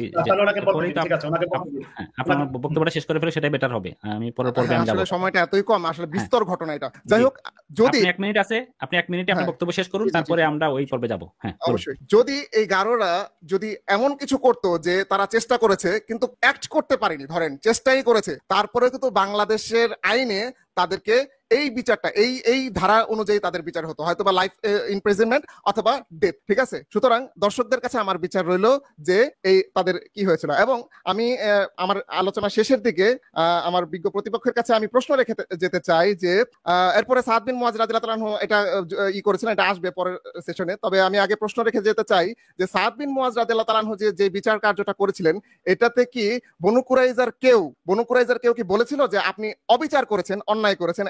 আরেকটা হচ্ছে হলো যে অপরাধী যাদেরকে মৃত্যুদণ্ড দেওয়া হয়েছে তারা কি কেউ বলেছিল যে আমি কিন্তু এই বিশ্বাসঘাতকতার সাথে জড়িত না, সুতরাং আমাকে হত্যা করবেন না? এরকম দুইটা প্রমাণ আমি আমার বিজ্ঞ আলোচকের কাছে চাইব। আমার মনে হয় দর্শকবৃন্দ, আমি একটা জিনিস আবার দর্শকদেরকে বলি, এটা প্রথম 20 মিনিট ওনাদের প্রাইমারি বক্তব্য ছিল। মাহবুব ভাই, আপনাকে অসংখ্য ধন্যবাদ, আপনার 20 মিনিট সময় আপনি নিয়েছেন, আপনি কথা বলেছেন। মুফতি মাসুদ, আপনার 20 মিনিট থেকে আপনার 10 মিনিট সময় আছে, সেটা আপনি যে কোনো সময় নিতে পারবেন। প্রথমে আমাকে জানতে হবে, আপনাদের কিন্তু স্লট হচ্ছে পরবর্তীতে 5 মিনিট করে আপনারা সময় পাবেন, এবং এই 5 মিনিট আমার হাতের সময় শেষ, আপনার সময় শেষ, ওনার হাতে 10 মিনিট আছে। এবং আমার 10 মিনিট আছে। জি, আপনার না, মুফতি মাসুদ কিন্তু 10 মিনিট ইউজ করছেন, সেহেতু ওনার 10 মিনিট আছে। তো সেটা কি আপনি এখন নেবেন? প্রথমে আমাকে বলে নিন। এখন যদি নেন তাহলে সেটা একভাবে কাউন্ট হবে, আর যদি পরে নিতে চান আপনি, সেটা আমাকে এখন যদি না নেন তাহলে আমি 5 মিনিট যে স্লট সেখানে চলে যাব। না, আপাতত আমি 5 মিনিট স্লট নিচ্ছি। কোন সময় যদি বলার মাঝখান থেকে আমি যদি 5 মিনিটকে ক্রস করি, তখন সেটা আমাকে বলে দেবেন, তখন আমি হয়তো 10 মিনিট বলবো। ওকে, তো দর্শক বিন্দু, আপনাদের বলতেছি, এখন আমরা 5 মিনিট করে এরকম 5 মিনিট করে দুইজনই সময় পাবেন। সেক্ষেত্রে 5টা স্লট হবে, এটা 25 মিনিট করে ওনারা পাবেন। তো সেই 5 মিনিটের ভিতরে ওনারা প্রশ্ন করতে পারবেন এবং প্রতিপক্ষের প্রশ্নের উত্তর দিতে পারবেন। তো আমি প্রথমে, যেহেতু মাহবুব ভাই এত সময় বলেছেন, আমি মাসুদ ভাইয়ের কাছে যাচ্ছি। আপনার 5 মিনিট এখন শুরু হচ্ছে। একটা সেকেন্ড আমি সেট করে নেই। জি, আপনি রেডি তো মাসুদ ভাই? হ্যাঁ, আপনার 5 মিনিট শুরু হচ্ছে। ঠিক আছে। এখানে আমার কথা খুব সিম্পল, যে আমরা দুজন মানুষ, এখানে একজন হচ্ছে একদল মানুষের প্রতি অবিচার করা হয়েছিল, গণহত্যা হয়েছিল। একজন তার বিশ্বাসের কারণে সেটাকে গণহত্যা বলছেন না, এটা তার বিশ্বাসের জায়গা, আর আমি গণহত্যাটাকে গণহত্যা বলছি। ওনার কাছে আমার একটা প্রশ্ন থাকলো, মাহবুব ভাই আপনি একটু প্রশ্নটা মনে রাখবেন, শুরুতেই প্রশ্নটা দিয়ে রাখলাম। মোহাম্মদ যখন বনু কুরাইজার গোত্রকে অবরোধ করেছিলেন, তখন মোহাম্মদ বনু কুরাইজাকে কি শর্ত দিয়েছিলেন? মানে বনু কুরাইজাকে তিনি হত্যা করবেন না, যে হত্যা না করার জন্য কি শর্ত দিয়েছিলেন, শর্ত কয়টা ছিল এবং কি কি শর্ত, সেটা একটু আপনি আমাকে বলবেন। দ্বিতীয়ত, বনু কুরাইজার ক্ষেত্রে মোহাম্মদ যখন বনু কুরাইজা গোত্রের অভিমুখে রওনা দিলেন, রওনা দেওয়ার সময়ে আপনি বললেন যে বনু কুরাইজার লোকেরা যুদ্ধের প্রস্তুতি নিচ্ছিল, সেটা মোহাম্মদের সাহাবীরা গিয়ে নাকি দেখেছে। অথচ মোহাম্মদের সাহাবীরা গিয়ে যুদ্ধের প্রস্তুতি দেখেছে কখন? সেটা কি আহজাব বা ওই সম্মিলিত বাহিনী চলে যাওয়ার পরে? যদি চলে যাওয়ার পরে হয়, তাহলে একটা গোত্র চলে গেছে, যাওয়ার পরে তারা যুদ্ধের প্রস্তুতি নেবে, তারা তো যুদ্ধের প্রস্তুতি আগে নেওয়া উচিত ছিল। তাছাড়া ইসলামের ইতিহাস যেটা আপনি দেখালেন, সেখানে বনু কুরাইজার 700 লোকই, 700 বা 900, এই সমস্ত লোকই কি এই ষড়যন্ত্র বা চুক্তি ভঙ্গের সাথে জড়িত ছিল কিনা? তাহলে বিচার কিভাবে হয়েছে? মোহাম্মদ কি কোনো আদালত তৈরি করেছে, বিচার ব্যবস্থা, যে সেখানে যুক্তি তর্ক প্রমাণ, যেভাবে আমরা দেখি একটা যখন ফেয়ার ট্রায়াল হয় তখন আদালত বসে, যুক্তি তর্ক প্রমাণ হয় এবং যুক্তি তর্ক প্রমাণের ভিত্তিতে অপরাধী যখন অপরাধ সাব্যস্ত হয় তখন শুধুমাত্র অপরাধীদের শাস্তি দেওয়া হয়। আপনি বাংলাদেশের পেনাল কোড দেখালেন, আমরা জানি শুধু বাংলাদেশ না, বিভিন্ন দেশে রাষ্ট্রদ্রোহিতার আইন আছে। প্রথমত মদিনা কি রাষ্ট্র? মদিনা তো রাষ্ট্র না। মদিনায় কি রাষ্ট্র ব্যবস্থা ছিল? রাষ্ট্রের সংজ্ঞা কি? রাষ্ট্রের সংজ্ঞায় কি মদিনা পড়ে? মদিনাতে একটা কিছু গোত্রকে একত্র করে মোহাম্মদের একটা আঞ্চলিক শাসন ব্যবস্থা, ধর্মীয় শাসন ব্যবস্থা। যদি মদিনা রাষ্ট্র হয় তাহলে রাষ্ট্রের রাষ্ট্রপতির নাম কি? মোহাম্মদ। তাহলে কি কেউ কি বলে যে প্রেসিডেন্ট হযরত মোহাম্মদ? মোহাম্মদ কি কোনোদিন আপনারা কেউ প্রসঙ্গ বলেছেন যে মোহাম্মদকে আপনারা নবী বলেন, রাসূল বলেন, কিন্তু কোনোদিন কি বলেছেন যে প্রেসিডেন্টের আরবি শব্দ হচ্ছে রাইস, আর রাইস মোহাম্মদ? যদিও সাইয়্যিদ বলা হয় কিন্তু রাইস তাকে বলা হয় না, তাকে প্রেসিডেন্ট মোহাম্মদ বলা হয় না। এবং একজন প্রেসিডেন্টের অধীনে যে মন্ত্রিসভা থাকে, মোহাম্মদের প্রধানমন্ত্রী কে ছিল? মোহাম্মদের তথ্যমন্ত্রী কে ছিল? এগুলো আমাদের জানা দরকার আছে। সেনা প্রধান কে ছিল? তারপরে সুতরাং সেটা রাষ্ট্র ছিল না। রাষ্ট্র ছিল এটা প্রমাণ করা যাবে না। এরপর আমরা দেখি যে মোহাম্মদ বিচার যে করেছেন সে বিচারিক প্রক্রিয়া ছিল অত্যন্ত বিতর্কিত পদ্ধতি। মোহাম্মদ নিজে তাদেরকে ঘেরাও করলেন, তাদেরকে ভয় দেখালেন, তাদেরকে ইসলাম গ্রহণ করার আহ্বান জানালেন। আপনি কি আমার সাথে একমত যে ইসলাম গ্রহণ করার আহ্বান জানিয়েছিলেন? ইসলাম গ্রহণ করলে তিনি তাদেরকে হত্যা করবেন না সেই কথা বলেছিলেন? জাস্ট একটু উত্তর দিন এখন। আমার মনে হয় এরকম প্রশ্ন না করাই ভালো। হ্যাঁ, আচ্ছা, ইসলাম গ্রহণ করলে তিনি তাদের হত্যা করবেন না সেই কথাটা বলেছিলেন, উনি একমত না। এটা ঠিক আছে। হ্যাঁ, আমাকে যদি বলতে দেন তাহলে আমি বলি, ইসলাম গ্রহণ করলে এটা আলাদা বিষয়, কিন্তু আমন্ত্রণ জানান নাই। না, ইসলাম গ্রহণ করলে তিনি তাদের ক্ষমা করে দেবেন বা হত্যা করবেন না সেই কথাটা বলেছিলেন। এরকম কোনো শর্ত ছিল না। এরকম কোনো শর্ত আপনি পারলে দেখান, চ্যালেঞ্জ। এরকম শর্ত ছিল না? না। আচ্ছা ঠিক আছে, তাহলে আমি আপনাকে দেখাবো। আর আপনাকে আরেকটা আপনি কি এখন কি চ্যালেঞ্জের দিচ্ছেন? তা আমি কিন্তু টাইম এখন পজ করছি। আপনি কি এখন চ্যালেঞ্জ? বনু কুরাইজা গোত্রকে বিনা শর্তে আত্মসমর্পণের জন্য রাসূল সাল্লাল্লাহু আলাইহি ওয়াসাল্লাম আহ্বান জানিয়েছেন, বিনা শর্তে। আমার মনে হয় এটা আপনারা যখন কনভারসেশন করবেন, 1 to 1 যদি করতে চান, সেটা শেষে এটা বিবেচনায় রাখা হবে। আপাতত যেহেতু আপনাদের টাইম ভাগ করা আলাদা, আমার মনে হয় এই ঠিক আছে, আমি তাহলে মাঝখানে আর প্রশ্ন করছি না। আমি আপনি ওনাকে প্রশ্ন করবেন না, আপনার প্রশ্নগুলো আপনি প্রশ্ন আকারেই ছেড়ে দেন, অ্যানসার নেওয়ার দরকার নাই, উনি অ্যানসার করবেন। আমরা দেখি, ঠিক আছে, আপনার 1 মিনিট আছে মাসুদ ভাই, আপনি বলেন। আচ্ছা, আমি একটা জিনিস দেখাই। মোহাম্মদ যাদের হত্যা করেছিলেন, মোহাম্মদ কি নির্দিষ্ট ব্যক্তিবর্গ যারা মোহাম্মদের সাথে কথিত বা তথাকথিত বিশ্বাসঘাতকতা করেছে তাদেরই শাস্তি দিয়েছিলেন? যদি একটু স্ক্রিন শেয়ার করেন ভাই, নাকি আপনার মানুষকে কিভাবে হত্যা করছিলেন সেটা একটু দেখি। এই দেখুন, ইনি একজন সাহাবী, যে কোনো কারণে হোক, সে ভয়ে হোক, যে কোনো কারণে মুসলমান হয়েছিল। সে বলছে, আতিয়া কুরাজি কুনতু মাআসাবি বানি কুরাইজা ফাকানু ইয়ানজুরুনা ফামান আমবাতা শাহ। আমার স্ক্রিনটা শেয়ার হয়ে আছে ভাই, আমার স্ক্রিনটা শেয়ার হয়ে আছে। আচ্ছা, আমি দুঃখিত, সেক্ষেত্রে আপনি আরো 10 সেকেন্ড বেশি পাবেন, আপনার 40 সেকেন্ড আছে আরো। হ্যাঁ, আপনি বলেন। আচ্ছা, আমি বলছে আতিয়া কুরাজি যে আমি বনু কুরাইজা গোত্রের মধ্যে ছিলাম, তারা যাচাই করে দেখছিল কার আপনার গুপ্তকেশ গজিয়েছে, যার গুপ্তকেশ গজিয়েছে তাকে হত্যা করেছে, যার গুপ্তকেশ গজায়নি তাকে বাঁচিয়ে রেখেছে। এটা হাদিস, আলবানী হাদিসটাকে সহি বলেছেন, সহি আবু দাউদ থেকে বর্ণিত হাদিসটা আমি বললাম, শেষ আমার কথা। তার মানে আমরা দেখতে পেলাম, আচ্ছা একটু বলি, তার মানে আমরা দেখতে পেলাম যে কেবলমাত্র আপনার ইসের ভিত্তিতে না, মানে কে বিশ্বাসঘাতকতা করেছে তার ভিত্তিতে না, লুঙ্গি উঠিয়ে দেখেছে, কার গুপ্তকেশ গজিয়েছে তার ভিত্তিতে মানুষকে ধরে ধরে জবাই করেছে মোহাম্মদ। আপনার সময় শেষ, ঠিক আছে, ধন্যবাদ। এখন আপনার 5 মিনিট। আচ্ছা, যে আসলে এত সময়, কম সময়ের মধ্যে এত, উনি কিন্তু বলেছিলেন যে 2টা প্রশ্ন উনি বলেছিলেন, যাই হোক উনি নিজেই অনেকগুলো প্রশ্ন করে ফেললেন। অবরোধের সময় রাসূল সাল্লাল্লাহু আলাইহি ওয়াসাল্লাম বনু কুরাইজা গোত্রকে স্পেশালি কোনো শর্ত দেন নাই, বিনা শর্তে অস্ত্র সমর্পণ করো। এবং তিনি একটা দাবি করলেন যে সাহাবীরা যখন যাচাই করতে গিয়েছিলেন, এই যাচাইটা কি আহজাবের যুদ্ধের পরে? না, অবশ্যই আহজাবের যুদ্ধ শুরু হয়েছে, বনু কুরাইজা চুক্তি ভঙ্গ করেছে আহজাবের যুদ্ধের মধ্যখানে।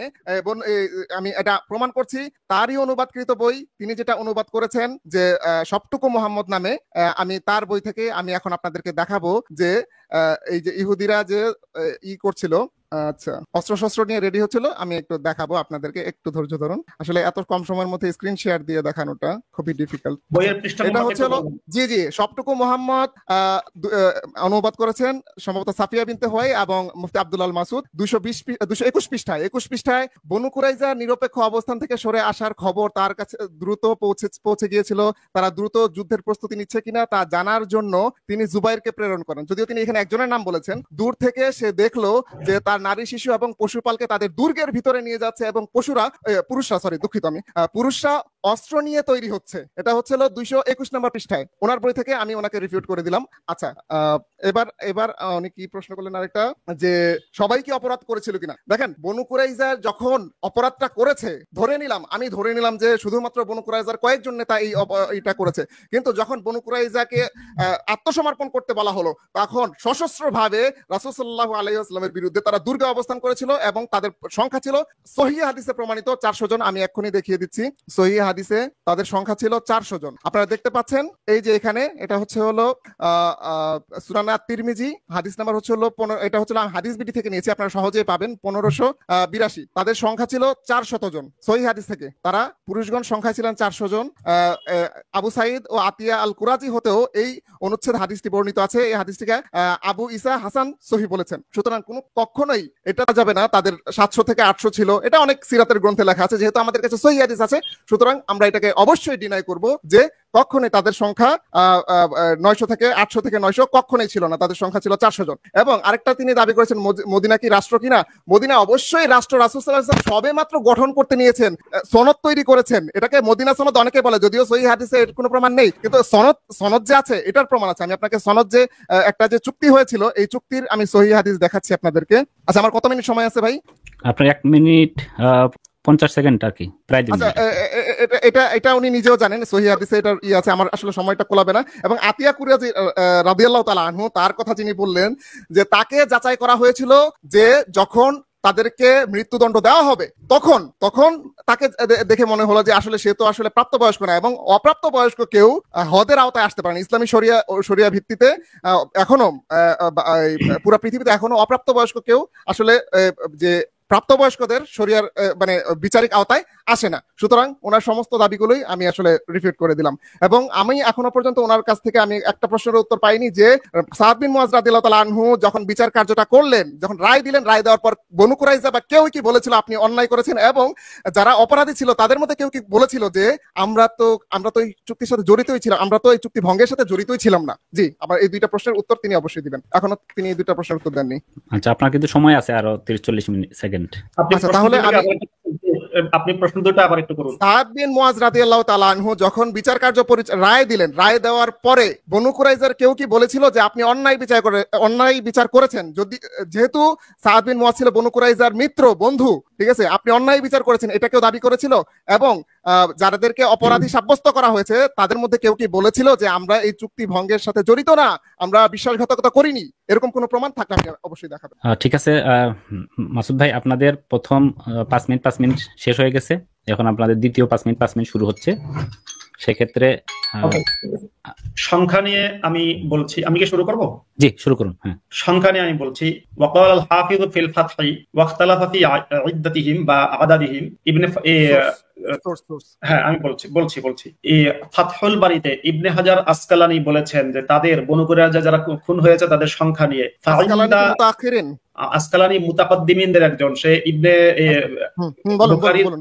বুখারীর তরজমা করেছে, তাফসীর করেছে। জি জি জি, অবশ্যই আমি পড়েছি এটা, বলুন। হ্যাঁ, ফাইন্দা ইবনে ইসহাক আন্নাহুম কানু 600, ইবনে ইসহাক বলেছে তারা 600 জন ছিল। তারপরে ওয়াকালা সুহাইলি আল মুকাথথির ইয়াকুলু ইন্নাহুম মা বাইনা 800 ইলা 900, যে কেউ বলছে যে তারা 850 থেকে 900 জন ছিল, কেউ বলছে তারা 800 জন থেকে 900 জন ছিল।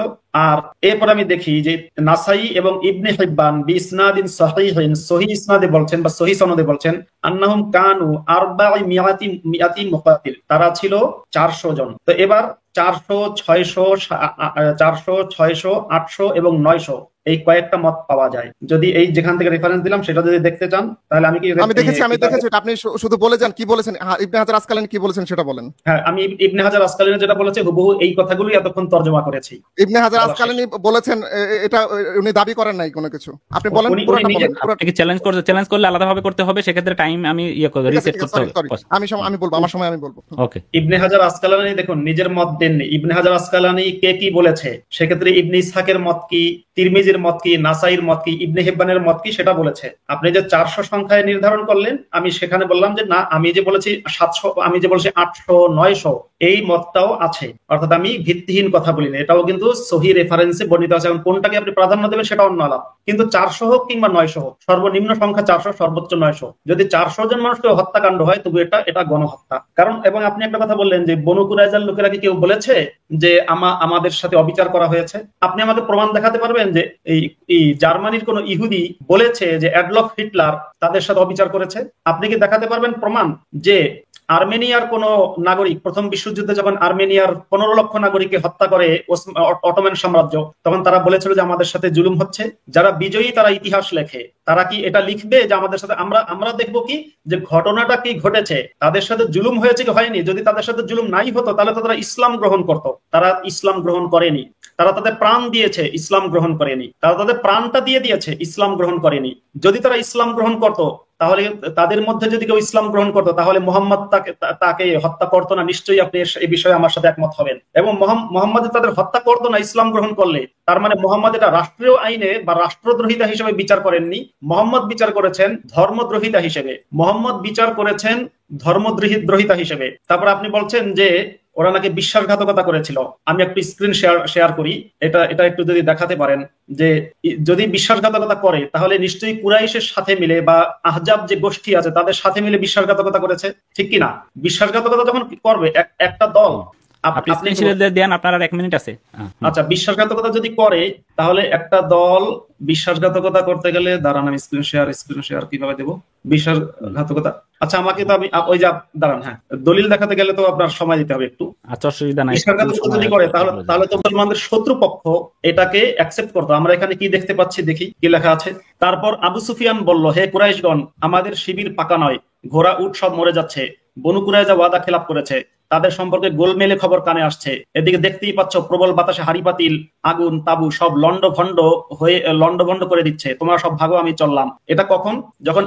যখন আবু সুফিয়ান আশা করেছিল যে মোহাম্মদের দলের লোকেরা মানে বনু কুরাইজার লোকেরা সেখানে বিশ্বাসঘাতকতা করে তাদের পক্ষে যোগ দেবে, কিন্তু বনু কুরাইজা শেষ পর্যন্ত বিশ্বাসঘাতকতা করেনি, যে কারণে আবু সুফিয়ানের দলে যোগ দেবে। আবু সুফিয়ান তাদেরকে পক্ষে নিতে চেয়েছে, সেজন্য হুয়াই ইবনে আখতাব কিন্তু আবু সুফিয়ানের সাথে বসে ছিল। হুয়াই নিজেও বনু কুরাইজার দুর্গে গেছে, কিন্তু আবু সুফিয়ান যখন তারা বিশ্বাসঘাতকতা করেনি, অর্থাৎ মোহাম্মদের বিপক্ষে যায়নি, এবং একটা লোক বনু কুরাইজার লোকেরা অস্ত্র নিয়ে বের হয়নি, একটা মুসলমানকে তারা হত্যা করেনি, কেবলমাত্র মোহাম্মদ যখন ঘেরাও করেছে এবং তীর ছোড়া শুরু করেছে। কিন্তু শেষ মাসুদ ভাই, আপনার সময় শেষ। আচ্ছা ঠিক আছে, তখন একজন শুধু উপর থেকে পাথর ছুঁড়েছে, তো এই পাথর ছোড়ার কারণে একটা মুসলিম মারা গেছে। আপনারা যদি ইনস্ট্যান্ট, আমি একটা প্রস্তাব রাখতেছি আপনাদের জন্য, যেহেতু আপনারা 5 মিনিট করে আগে বলেছিলেন বলে আমি 5 মিনিট রেখেছি। এখন মাহবুব, হ্যাঁ সময় আসলে হচ্ছে না, যাই হোক আমি সেক্ষেত্রে সেই জন্য আমি বলতেছি, চাইলে আপনারা পরবর্তীতে আরো 10 মিনিট করে আপনারা যদি টাইম নিতে চান, আমি আপনাদেরকে। আমার তো লাগেই, আমার লাগে এখন 10 মিনিট করে দেওয়া দরকার না, তাতে পুরো ব্যাপারটা 5 মিনিট করে বলি। দেখেন, প্রথমে ইবনে হাজার আসকালানি উনি আসলে মুতাকাদ্দিমিন কিনা মুতাআখিরিন এ নিয়ে আমার সন্দেহ আছে। উনি আসলে জানি না, আমি জানি যে উনি একজন মুতাআখিরিনের একজন লোক। যাই হোক, উনি একজন সম্ভ্রান্ত, উনি ভালো একজন আলেম বা ভালো একজন মুহাদ্দিস, সেক্ষেত্রে আমার সন্দেহ নাই, কিন্তু তিনি মুতাকাদ্দিমিন না। আচ্ছা, আরেকটা বিষয় হচ্ছে ইবনে হাজার আসকালানি কিন্তু তিনি বলেছেন যে যেহেতু সহিহ বর্ণনায়, আপনি যেটা পড়তেছিলেন ওখানেই পড়েন, নিচে লেখা আছে যেহেতু সহিহ বর্ণনায় লেখা আছে 400 জন, সেই ক্ষেত্রে আমরা ধরতেই পারি যে হয়তোবা পুরুষ ছিল 700 থেকে 800 বা 900, এবং যাদেরকে বিচারের আওতায় আনা হয়েছে তারা ছিল 400 জন। ইবনে হাজার আসকালানি সম্ভবত দিয়ে বলেছেন, যদিও এই জন্য আমি কিন্তু এই মতটা আনিনি, আমার কাছেও ছিল এই মতটা, আমি এই মতটা আনিনি। আরেকটা জিনিস হলো তিনি বললেন যে কেউ এটা কিভাবে বলবে। দেখেন, আমি আমার স্ক্রিনটা শেয়ার দিই যে বনু কুরাইজার আর আরেকটা জিনিস কি, এথনিক ক্লিনজিং উনি বারবার বলতেছেন। এথনিক ক্লিনজিং হবে একটা জাতিকে বা একটা গোষ্ঠীকে যদি স্পেশালি ইচ্ছাকৃতভাবে তাদেরকে করা হয়। বনু কুরাইজার সাথে বনু হাদল এবং অন্যান্য আরো কিছু উপগোত্র কিন্তু তাদের সাথে ছিল। এই যে এখন আমি একটা প্রমাণ দিব, এটাতে আপনারা দেখতে পারবেন যে বনু কুরাইজার গোত্রের মধ্যে দেখেন, এটা হলো আপনার সিরাতে ইবনে হিশামের, আমি একটু এটা বলি, সিরাতে ইবনে হিশামের 3য় খণ্ড, ঠিক আছে, সিরাতে ইবনে হিশামের 3য় খণ্ড, পৃষ্ঠা নাম্বার 235, ইসলামিক ফাউন্ডেশন কর্তৃক অনুবাদকৃত। এখানে বলা হচ্ছে যে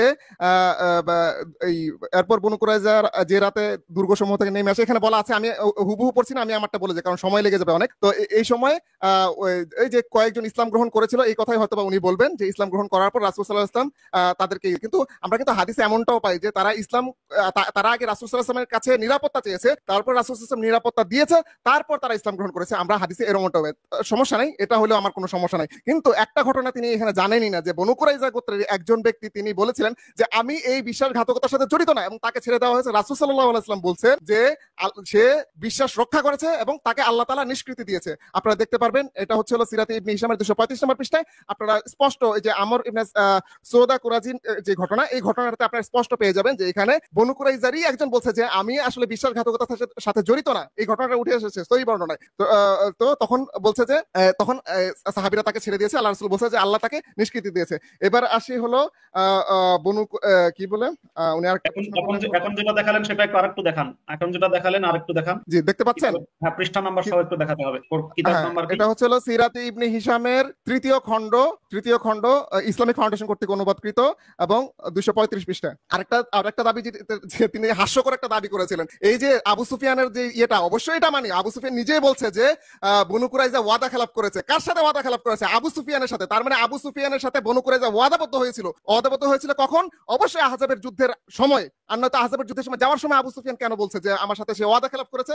আর ওয়াদা খেলাপ করেছে কিভাবে বুঝলেন? ওয়াদা খেলাপ করেছে বুঝেছেন এই জন্যই যে নুয়াইম ইবনে মাসউদ তিনি তো ওখানে চালাকি করেছেন। তিনি বনু কুরাইজাকে গিয়ে বলেছেন তুমি যদি মুহাম্মদের সাথে যুদ্ধ করো তাহলে কুরাইশদের কাছে কিছু মান্যগণ্য ব্যক্তি জিম্মি হিসেবে নাও, যাতে করে তোমার এটা পরিপক্ত হয়, তোমার যাতে কুরাইশরা এখান থেকে ভেগে না যায়। এবং আবু সুফিয়ানকে গিয়ে বলেছিলেন যে তুমি দেখো তারা কিন্তু মুহাম্মদের সাথে আতাত করে ফেলেছে, তোমাদের কাছ থেকে কিছু লোক নিয়ে মুহাম্মদের কাছে তুলে দিবে।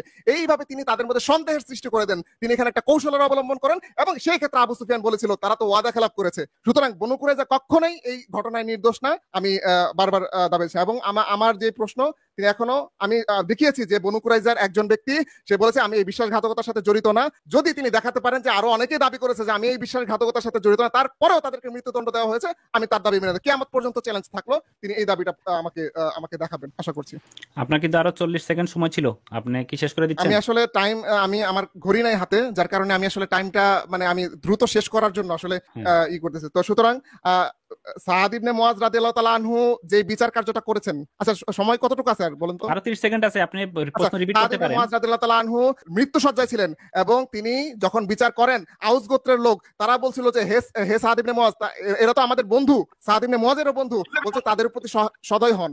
তখন সাদ ইবনে মুয়াজ বলছে যে আমি আসলে কাউকে আজকে পরোয়া করি না, আমি আল্লাহকে ভয় করি। তার মানে তার মধ্যে ঈমান আছে, তিনি আসলে পার্সিয়ালিটি করেন নাই কোনো। তার বন্ধু দেখে তিনি তাদেরকে অপরাধ করার কারণেও তাদেরকে তিনি বিন্দুমাত্র ছাড় দেন নাই, তাদের যোগ্য শাস্তিটা তিনি তাদেরকে দিয়েছেন। ধন্যবাদ মাহবুব ভাই। মাসুদ ভাই আপনি ক্যামেরাটাতে এভাবে থাকার চেষ্টা করবেন। আর আপনার কিন্তু আমি জাস্ট আপনাকে মনে করিয়ে দিচ্ছি, আপনার কিন্তু মনে করেন যদি আপনি 10 সেকেন্ড, আপনার যে 10 মিনিট আছে সেটা আপনি যে কোনো সময় ব্যবহার করতে পারেন। সেজন্য আমি আপনি জাস্ট বলে দিলাম, যদি মনে হয় যে আপনার এখন আপনার ইনফরমেশন রয়ে গেছে সেই মুহূর্তে আপনি নিতে পারেন। তো এখন কি নেবেন নাকি আমি আবার আপনার 5 মিনিট করে শুরু করবো? আবার আরো দুইটা স্লট শেষ হয়েছে, আরো 3টা স্লট 5 মিনিট করে বাকি আছে। এখন আপনি সিদ্ধান্ত নিন। 5 মিনিট করেই হোক, আমি 10 মিনিটটা যে কোনো সময় নেব সেটা তো বলেই দিয়েছি। ওকে, ঠিক আছে, তাহলে আমি আপনার সময় শুরু হচ্ছে 5 মিনিট। হ্যাঁ দাঁড়ান, আমি আচ্ছা আপনি শুরু করলে আমাকে বললেন, তাহলে আপনি সময় নেন। একটু আমাকে সময় দিন, আমি একটা জিনিস দেখাবো বলে শুরু করতে একটু দেরি করছি। আচ্ছা হ্যাঁ দর্শকবৃন্দ, আমি একটু দর্শকের সাথে কথা বলি। দর্শকবৃন্দ যারা পরবর্তীতে লাইভটি শোনা শুরু করেছেন, এখানে প্রথমে 20 মিনিট করে দেওয়া ছিল। মুফতি মাসুদ তার প্রথম 10 মিনিট ব্যবহার করেছেন এবং 10 মিনিট রেখে দিয়েছেন, যে কোনো সময় হয়তো উনি ব্যবহার করবেন। এবং 5 মিনিট করে 5টি স্লটে আলোচনা হচ্ছে, সেখানে 2টি স্লট অলরেডি শেষ হয়ে গেছে, এখন আরো 3টি স্লট বাকি আছে 5 মিনিট করে। সেই 5 মিনিটের ভিতরে বক্তাগণ প্রশ্ন করতেছেন এবং প্রতিপক্ষের প্রশ্নের জবাব দিচ্ছেন। সেই জায়গা থেকে এখন আমাদের এই মুহূর্তে মুফতি মাসুদের কাছে আমরা যাচ্ছি। তার তার এই স্লটের 3 নম্বর স্লটের 5 মিনিটের বক্তব্য শুরু হচ্ছে। আপনি রেডি? আমি তাহলে শুরু করতে যাচ্ছি। রেডি, একটু স্ক্রিন শেয়ার দিন, তারপরে আমি স্ক্রিন শেয়ারের ভিত্তিতে আমি বলছি। ওকে, আপনার সময় এখন শুরু হচ্ছে। ওকে, আমি স্ক্রিনটা দিচ্ছি। হ্যাঁ, এখানে আমরা দেখতে পাচ্ছি, দেখুন এটা হাদিসটা দেখতেই পাচ্ছেন, সুনানে আবু দাউদ তাহকিকৃত এবং হাদিসের মান হচ্ছে সহিহ। হাদিসের বর্ণনাকারী হচ্ছেন আবু হুরায়রা। বাবু কাইফা কানা ইখরাজুল ইয়াহুদি মিনাল মাদিনাতি, মদিনা থেকে কিভাবে ইহুদিদের উচ্ছেদ করা হয়েছে, হাদিস থেকে বলছি, সহিহ হাদিস। সেখানে কি বলছে? আবু হুরায়রা বলেন, আমরা মসজিদে উপস্থিত ছিলাম, তখন রাসূলুল্লাহ সাল্লাল্লাহু আলাইহি ওয়াসাল্লাম আমাদের কাছে বেরিয়ে এসে বললেন, ইহুদিদের এলাকায় চলো। আমরা তার সাথে বের হয়ে সেখানে গিয়ে পৌঁছলাম। রাসূলুল্লাহ সাল্লাল্লাহু আলাইহি ওয়াসাল্লাম তাদেরকে দাঁড়িয়ে ডেকে বলেন, ইহুদি সম্প্রদায়, তোমরা ইসলাম কবুল করো, শান্তিতে থাকবে। তারা বলল, হে আবুল কাসিম, আপনি পৌঁছে দিয়েছেন। রাসূলুল্লাহ সাল্লাল্লাহু আলাইহি ওয়াসাল্লাম তাদেরকে আবার বলেন, তোমরা ইসলাম কবুল করো, নিরাপত্তা পাবে। তারপর হে আবুল কাসিম আপনি পৌঁছে দিয়েছেন। রাসূলুল্লাহ সাল্লাল্লাহু আলাইহি ওয়াসাল্লাম বললেন এ দাওয়াত পৌঁছে দেওয়াই আমার উদ্দেশ্য ছিল।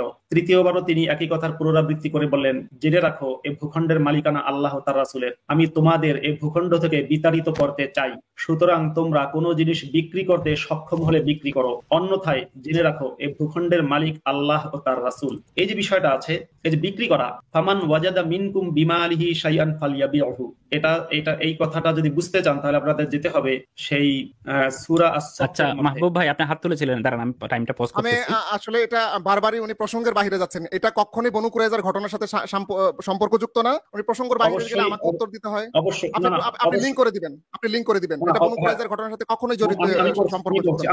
আমি করছি।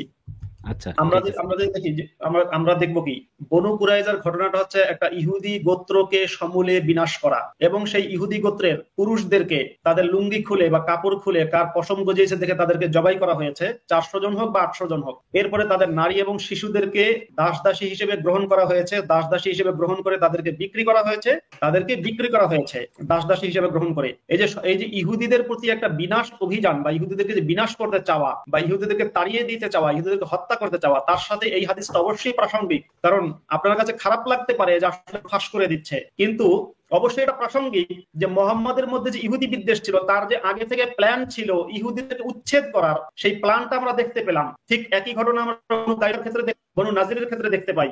তবে আজকে যেহেতু টপিক হচ্ছে বনু কুরাইজা, সুতরাং বনু কায়নুকা এবং বনু নাজির আমি ঢুকছি না, কিন্তু বলে দিলাম। কিন্তু এটা টপিকের মধ্যে অবশ্যই বনু কায়নুকার ঘটনা, আমি প্রমাণ করে দিব এটা বনু কায়নুকার ঘটনা। আপনি যে হাদিসটা নিয়ে আসছেন এটা বনু কায়নুকার ঘটনা, আপনি চ্যালেঞ্জ করেন।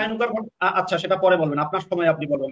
বনু কায়নুকার ঘটনা হোক আর বনু কুরাইজার হোক, কিন্তু এখানে মোহাম্মদের কথাটা স্পষ্ট, যে বলছে যে তোমরা ইসলাম গ্রহণ করো, নয়তো তোমরা ইসলাম গ্রহণ যদি না করো তাহলে আমি তোমাদেরকে এই ভূখণ্ড থেকে বিতাড়িত করতে চাই। শুধু তাই না, এই হাদিসের সাথে সম্পর্কযুক্ত আর একটা হাদিস আমি এখন দেখাবো। এই হাদিসটা অবশ্যই এর সাথে সম্পর্কযুক্ত, কারণ আমাদের মোটিভ বুঝতে হবে।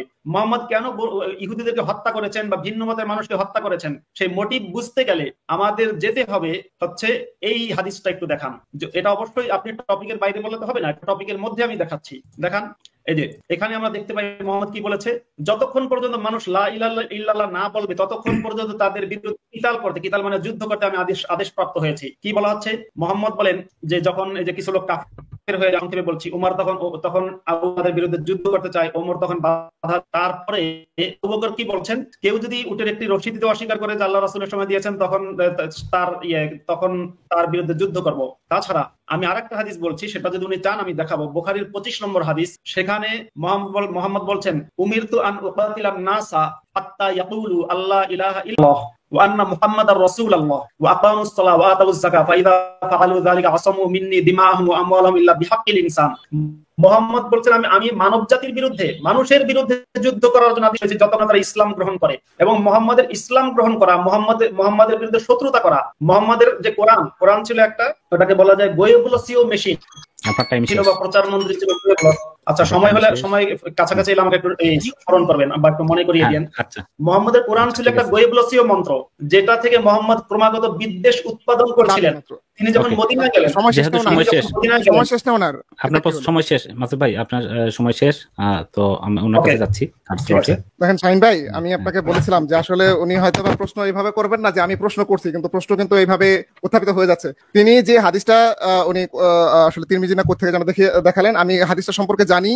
এবং বদরের যুদ্ধের পরে বনু কায়নুকা এবং ইহুদি এবং তারা মিলে যখন এই মানে কিছু উস্কানি দিচ্ছিল যে তোমরা এমন দলের সাথে যুদ্ধ করেছো, আনারি, আমরা হচ্ছে বীর পুরুষ, আমরা বীর যোদ্ধা, আমাদের সাথে আসো, তখন আল্লাহ রাসূল সাল্লাল্লাহু আলাইহি ওয়াসাল্লাম মদিনার এক বাজারে গিয়ে তখন স্পেশালি বনু কায়নুকা আরো ইহুদি ছিলেন, এই ইয়েটা করেছিলেন। তার মানে এখন যদি আপনি এটা বলেন এটা হচ্ছিল বদরের যুদ্ধের পরের ঘটনা, এই হাদিসটা বদরের যুদ্ধের পরে, তার মানে পঞ্চম হিজরি, বদরের যুদ্ধের পরে উহুদ যুদ্ধ, আর দ্বিতীয় বদর, উহুদ যুদ্ধ, তারপরে আবার আরেকটা উহুদ, এইভাবে গিয়ে পঞ্চম হিজরিতে গিয়ে কাব বিন আসাদ বলছে যে আমি তো এখনো পর্যন্ত মুহাম্মদকে সাল্লাল্লাহু আলাইহি ওয়াসাল্লাম তাকে ওয়াদার বরখেলাপ করতে দেখিনি, আমি এখনো পর্যন্ত তাকে ওয়াদা রক্ষা করতে দেখেছি। সুতরাং রাসূল সাল্লাল্লাহু আলাইহি ওয়াসাল্লাম যে চুক্তি করেছিলেন, এই চুক্তিতে ইহুদিদের যে ছিল, ইহুদিদের আপনারা সবাই পড়বেন, আমি লিঙ্ক কিন্তু সবার শুরুতেই দিয়েছি, যে চুক্তিটা হয়েছিল, এই চুক্তিতে ইহুদিদের জানমালের নিরাপত্তা এবং ইহুদিরা যে স্বাধীনভাবে ধর্ম পালন করবে সেটা নিশ্চিত করা হয়েছে। তখনও পর্যন্ত এই চুক্তি কিন্তু রাসূল সাল্লাল্লাহু আলাইহি ওয়াসাল্লাম কিভাবে ভঙ্গ করলেন, যখন কাব বিন আসাদ নিজেই বলছে যে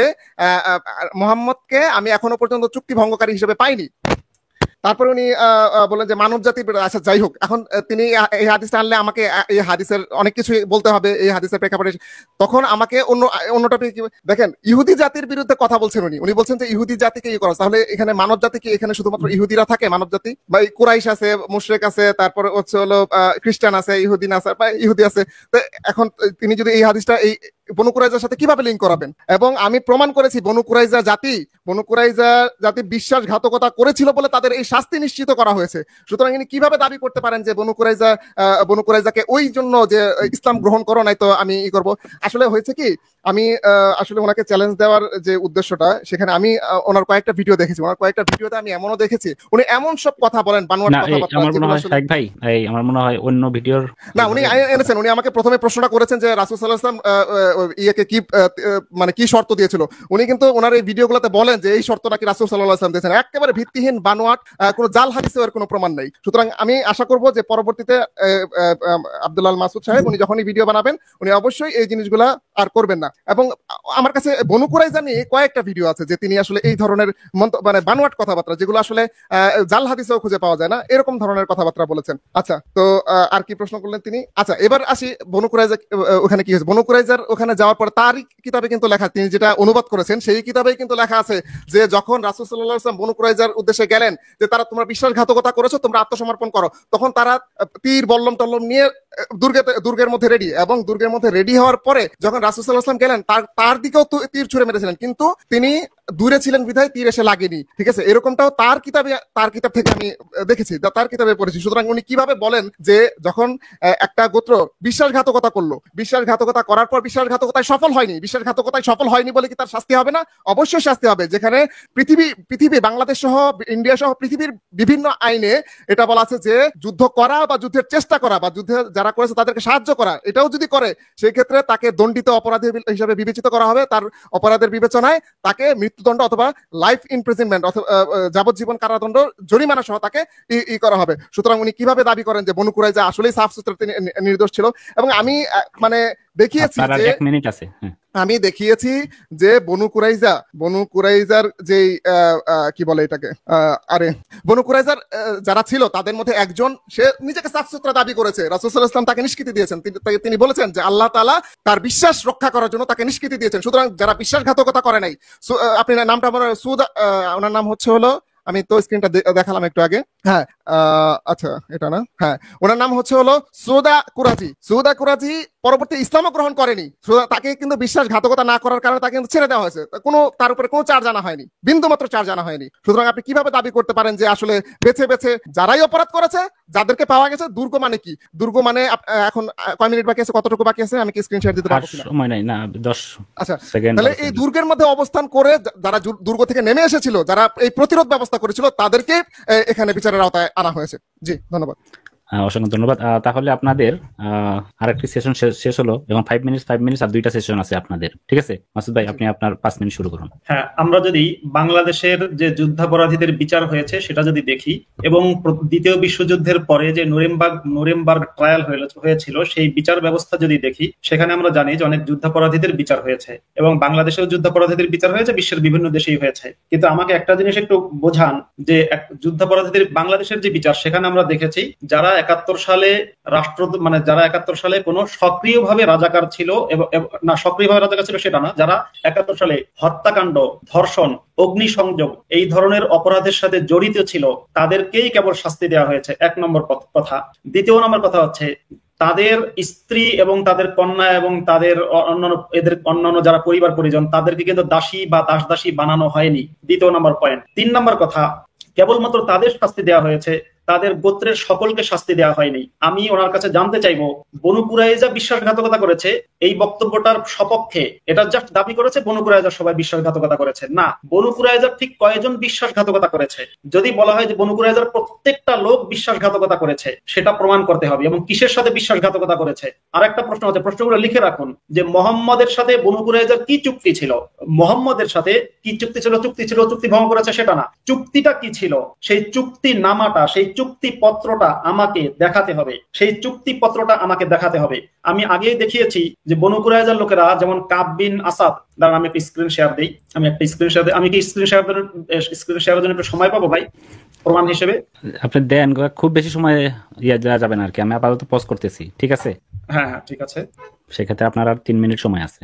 2 মিনিট আপনার শেষ হয়ে গেছে। এটা একটু দেখান। ওকে, আমি আবার রিজিউম করতেছি। ওকে, হ্যাঁ, আপনি মুসলমানদের বিরুদ্ধে যুদ্ধ আরম্ভ না করিলেও সকল ধর্ম ও বর্ণের কাফিরদের বিরুদ্ধে প্রথমেই জিহাদ শুরু করিবে। আমরা যখন কওমি মাদ্রাসায় পড়েছি তখন এটা পড়েছিলাম, ওয়াকিতালুল কুফফারি ওয়াজিবুন ওয়া ইন লাম ইয়াবদাউনা, তারা যুদ্ধ শুরু না করলেও তাদের সাথে যুদ্ধ শুরু করতে হবে। সুতরাং মুহাম্মাদের সাথে তারা আগে বিশ্বাসঘাতকতা করেছে, তারপরে তারা বিশ্বাসঘাতকতার কারণে। আচ্ছা, একটা সেকেন্ড দেখেন, পজ করতেছি। এই কিতাব কার লেখা? আচ্ছা দাঁড়ান, কার কিতাব এটা? হ্যাঁ দেখান, একটু স্ক্রিনে দেখান তো শাহিনুর ভাই, একটু স্ক্রিন শেয়ার কিতাবটা কার দেখান। সেটা বলেন। এটা টাইম পজ করা আছে, অসুবিধা না, আপনারা করে নেন, টাইম পজ করা আছে। হ্যাঁ, আল হিদায়া মানে আল হিদায়া তো একটা ফতোয়ার কিতাব, ঠিক না? ফতোয়ার কিতাব। আপনি কি আল হিদায়া কিতাবের এই ফতোয়াটার সাথে একমত নাকি ভিন্ন মত পোষণ করেন? আমি একমত হই কি দ্বিমত হই, আমাদের শর্তই ছিল, আপনি নিজেই বলেছেন যে আমরা মুতাকাদ্দিমিন যারা আছে তাদের এইগুলো দেখাবো। সুতরাং এখানে এই ফতোয়া দিয়ে আপনি কি প্রুফ করতে চাইছেন? আমি প্রমাণ করতে চেয়েছি, আমাদের যদি শর্ত থাকে না, এই ফতোয়ার কিতাব এখনকার জন্য প্রযোজ্য। বনু কুরাইজার ঘটনা, আমরা স্পেশালি বনু কুরাইজার ঘটনা নিয়ে আলোচনা করছি। সূরা আত-তাওবার 29 নম্বর আয়াত দেখুন নিচে, এই ফতোয়ার পক্ষে সূরা তাওবার 29 নম্বর আয়াতটা নিচে আছে, একটু দেখুন তো, পৃষ্ঠার মাঝখানে দেখুন, তাকিয়ে দেখুন। সূরা তাওবার 29 নম্বর আয়াত কিভাবে বনু কুরাইজার বিচার কার্যের সাথে লিংক করে, আপনি এটা বলতে হবে। কারণ হচ্ছে মুহাম্মদ মানব জাতির বিরুদ্ধে ইসলাম গ্রহণ না করা আপনাকে মানব জাতির বিরুদ্ধে কি করেছে সেটা দেখিয়ে লাভ না, আপনাকে দেখাতে হবে স্পেশালি বনু কুরাইজাকে নির্বিচারে কিভাবে হত্যা করা হয়েছে, বিচার কার্য করা হয়নি কোনো, এটা দেখাতে হবে আপনাকে। মানব জাতির বিরুদ্ধে কি করেছে আমরা পরে আলোচনা করব, অবশ্যই আলোচনা করব, টপিক বাই টপিক আমরা আলোচনা করব। আপনাকে আমি বনু কুরাইজার বিষয় থেকে আরেকটা দলিল একটু দেখাচ্ছি ভাই, আরেকটা স্ক্রিন শেয়ার দিন তো, এটা বাদ দিয়ে। ওকে, আমি ওনার দাবির প্রেক্ষিতে আরেকটা স্ক্রিন শেয়ার দিচ্ছি। আচ্ছা, তাহলে আমি এই আপনার টাইমটা আবার মানে আগে থেকে শুরু করতেছি। আপনার 2.5 মিনিট সময় আছে, ঠিক আছে? আচ্ছা, এটা একটু শেয়ার দিন তো। না, এটা না, এটা, হ্যাঁ এটা একটু শেয়ার দিন। এটা একটু দেখুন তো ভাই, আপনি একটু পড়তে পারবেন এটা? মাহবুব ভাই আপনি একটু পড়তে পারেন? একটু জুম করেন, একটু জুম করেন তো, একটু পরে পড়ুন পুরো পৃষ্ঠাটা, একটু টাইমটাকে পজ করতে পারেন ভাই, যদি মাহবুব ভাইয়ের আপত্তি না থাকে। তাফসীর ইবনে কাসির থেকে দেখাচ্ছেন। আচ্ছা, যখন হ্যাঁ, আচ্ছা জুহুরি হতে বর্ণনা করেন, যখন এটা কি সনদ আছে কি আপনার কাছে, যদি চাই দিতে পারবেন কিনা? তাফসীর ইবনে কাসির, আপনি কি তাফসীর ইবনে কাসির কিন্তু ঠিক আছে, তাফসীর ইবনে কাসির তিনি অনেক জয়ীফ বর্ণনা এনেছেন। আচ্ছা যাই হোক, সমস্যা নাই, আমি পরে দেখি আগে। যখন বদরের মুশরিকদের পরে যখন মুসলমানরা ইহুদি বন্ধুদেরকে ইসলামের প্রতি আহ্বান জানায়, বলে যে বদরের মতো বিপর্যয় ঘটে না। হ্যাঁ অবশ্যই, এটা তো পুরাই আপনি বদরের পরের ঘটনা বলতেছেন। বদরের পরে তো আমি দেখালাম যে কাব বিন আসাদ সে নিজে দাবি করতেছে মুহাম্মদকে আমরা ওয়াদার বরখেলাফকারী হিসেবে পাইনি, মুহাম্মদ নিজে ওয়াদা রক্ষা করেছে, আমরাও ওয়াদা রক্ষা করব। তাহলে কিন্তু পয়েন্ট টু বি নোটেড, আপনি বলছেন যে কাব বিন আসাদ অর্থাৎ বনু কুরাইজা গোত্রের প্রধান বলছে আমরা মুহাম্মদকে ওয়াদার বরখেলাফকারী পাইনি, এইটা বলার পরে সেই লোক বিশ্বাসঘাতকতা করেছে যে মুহাম্মদের পক্ষে। পরেই তো করলো পরক্ষণেই তো করলো, প্রমাণ আপনার সামনে। যে মুহাম্মদের পক্ষে বিবৃতি দিল, বক্তব্য দিল, সেই লোক বিশ্বাসঘাতকতা করেছে, এই কথাটা আমার মেনে নিতে হবে। আর তারপর তাদের শাস্তিটা যে দিয়েছে তো মুহাম্মদ, তাদের আমি শোনেন, আমরা একটা কথা শুনি যে বিচারের নামে প্রহসন। মুহাম্মদ হচ্ছে একটা মানুষ যে বিচারের নামে প্রহসনের চেয়েও খারাপ করেছে, কারণ মুহাম্মদ সেখানে কোনো সাক্ষী প্রমাণ দাঁড় করায়নি। আপনি কি বলতে পারবেন যে মুহাম্মদ কোন আদালত প্রতিষ্ঠা করেছে এবং বনু কুরাইজার লোকদেরকে সেখানে কে কার কি যুক্তি সেগুলো শুনেছে? মুহাম্মদ সাক্ষী প্রমাণের ভিত্তিতে কোনো কিছু করেছে? মুহাম্মদকে জিবরাইল বলেছে, মুহাম্মদকে চ্যালেঞ্জের পর্ব শেষ করে এগুলো আপনার বক্তব্যে আপনি বলতে পারেন। ভাই আপনি যেহেতু শাইখ ভাই চ্যালেঞ্জ করছেন, উনি তো এতক্ষণ যাবতে ওনার ইয়ের কথাই বলছে, আমি তো মাঝখানে বলে আর বলিনি।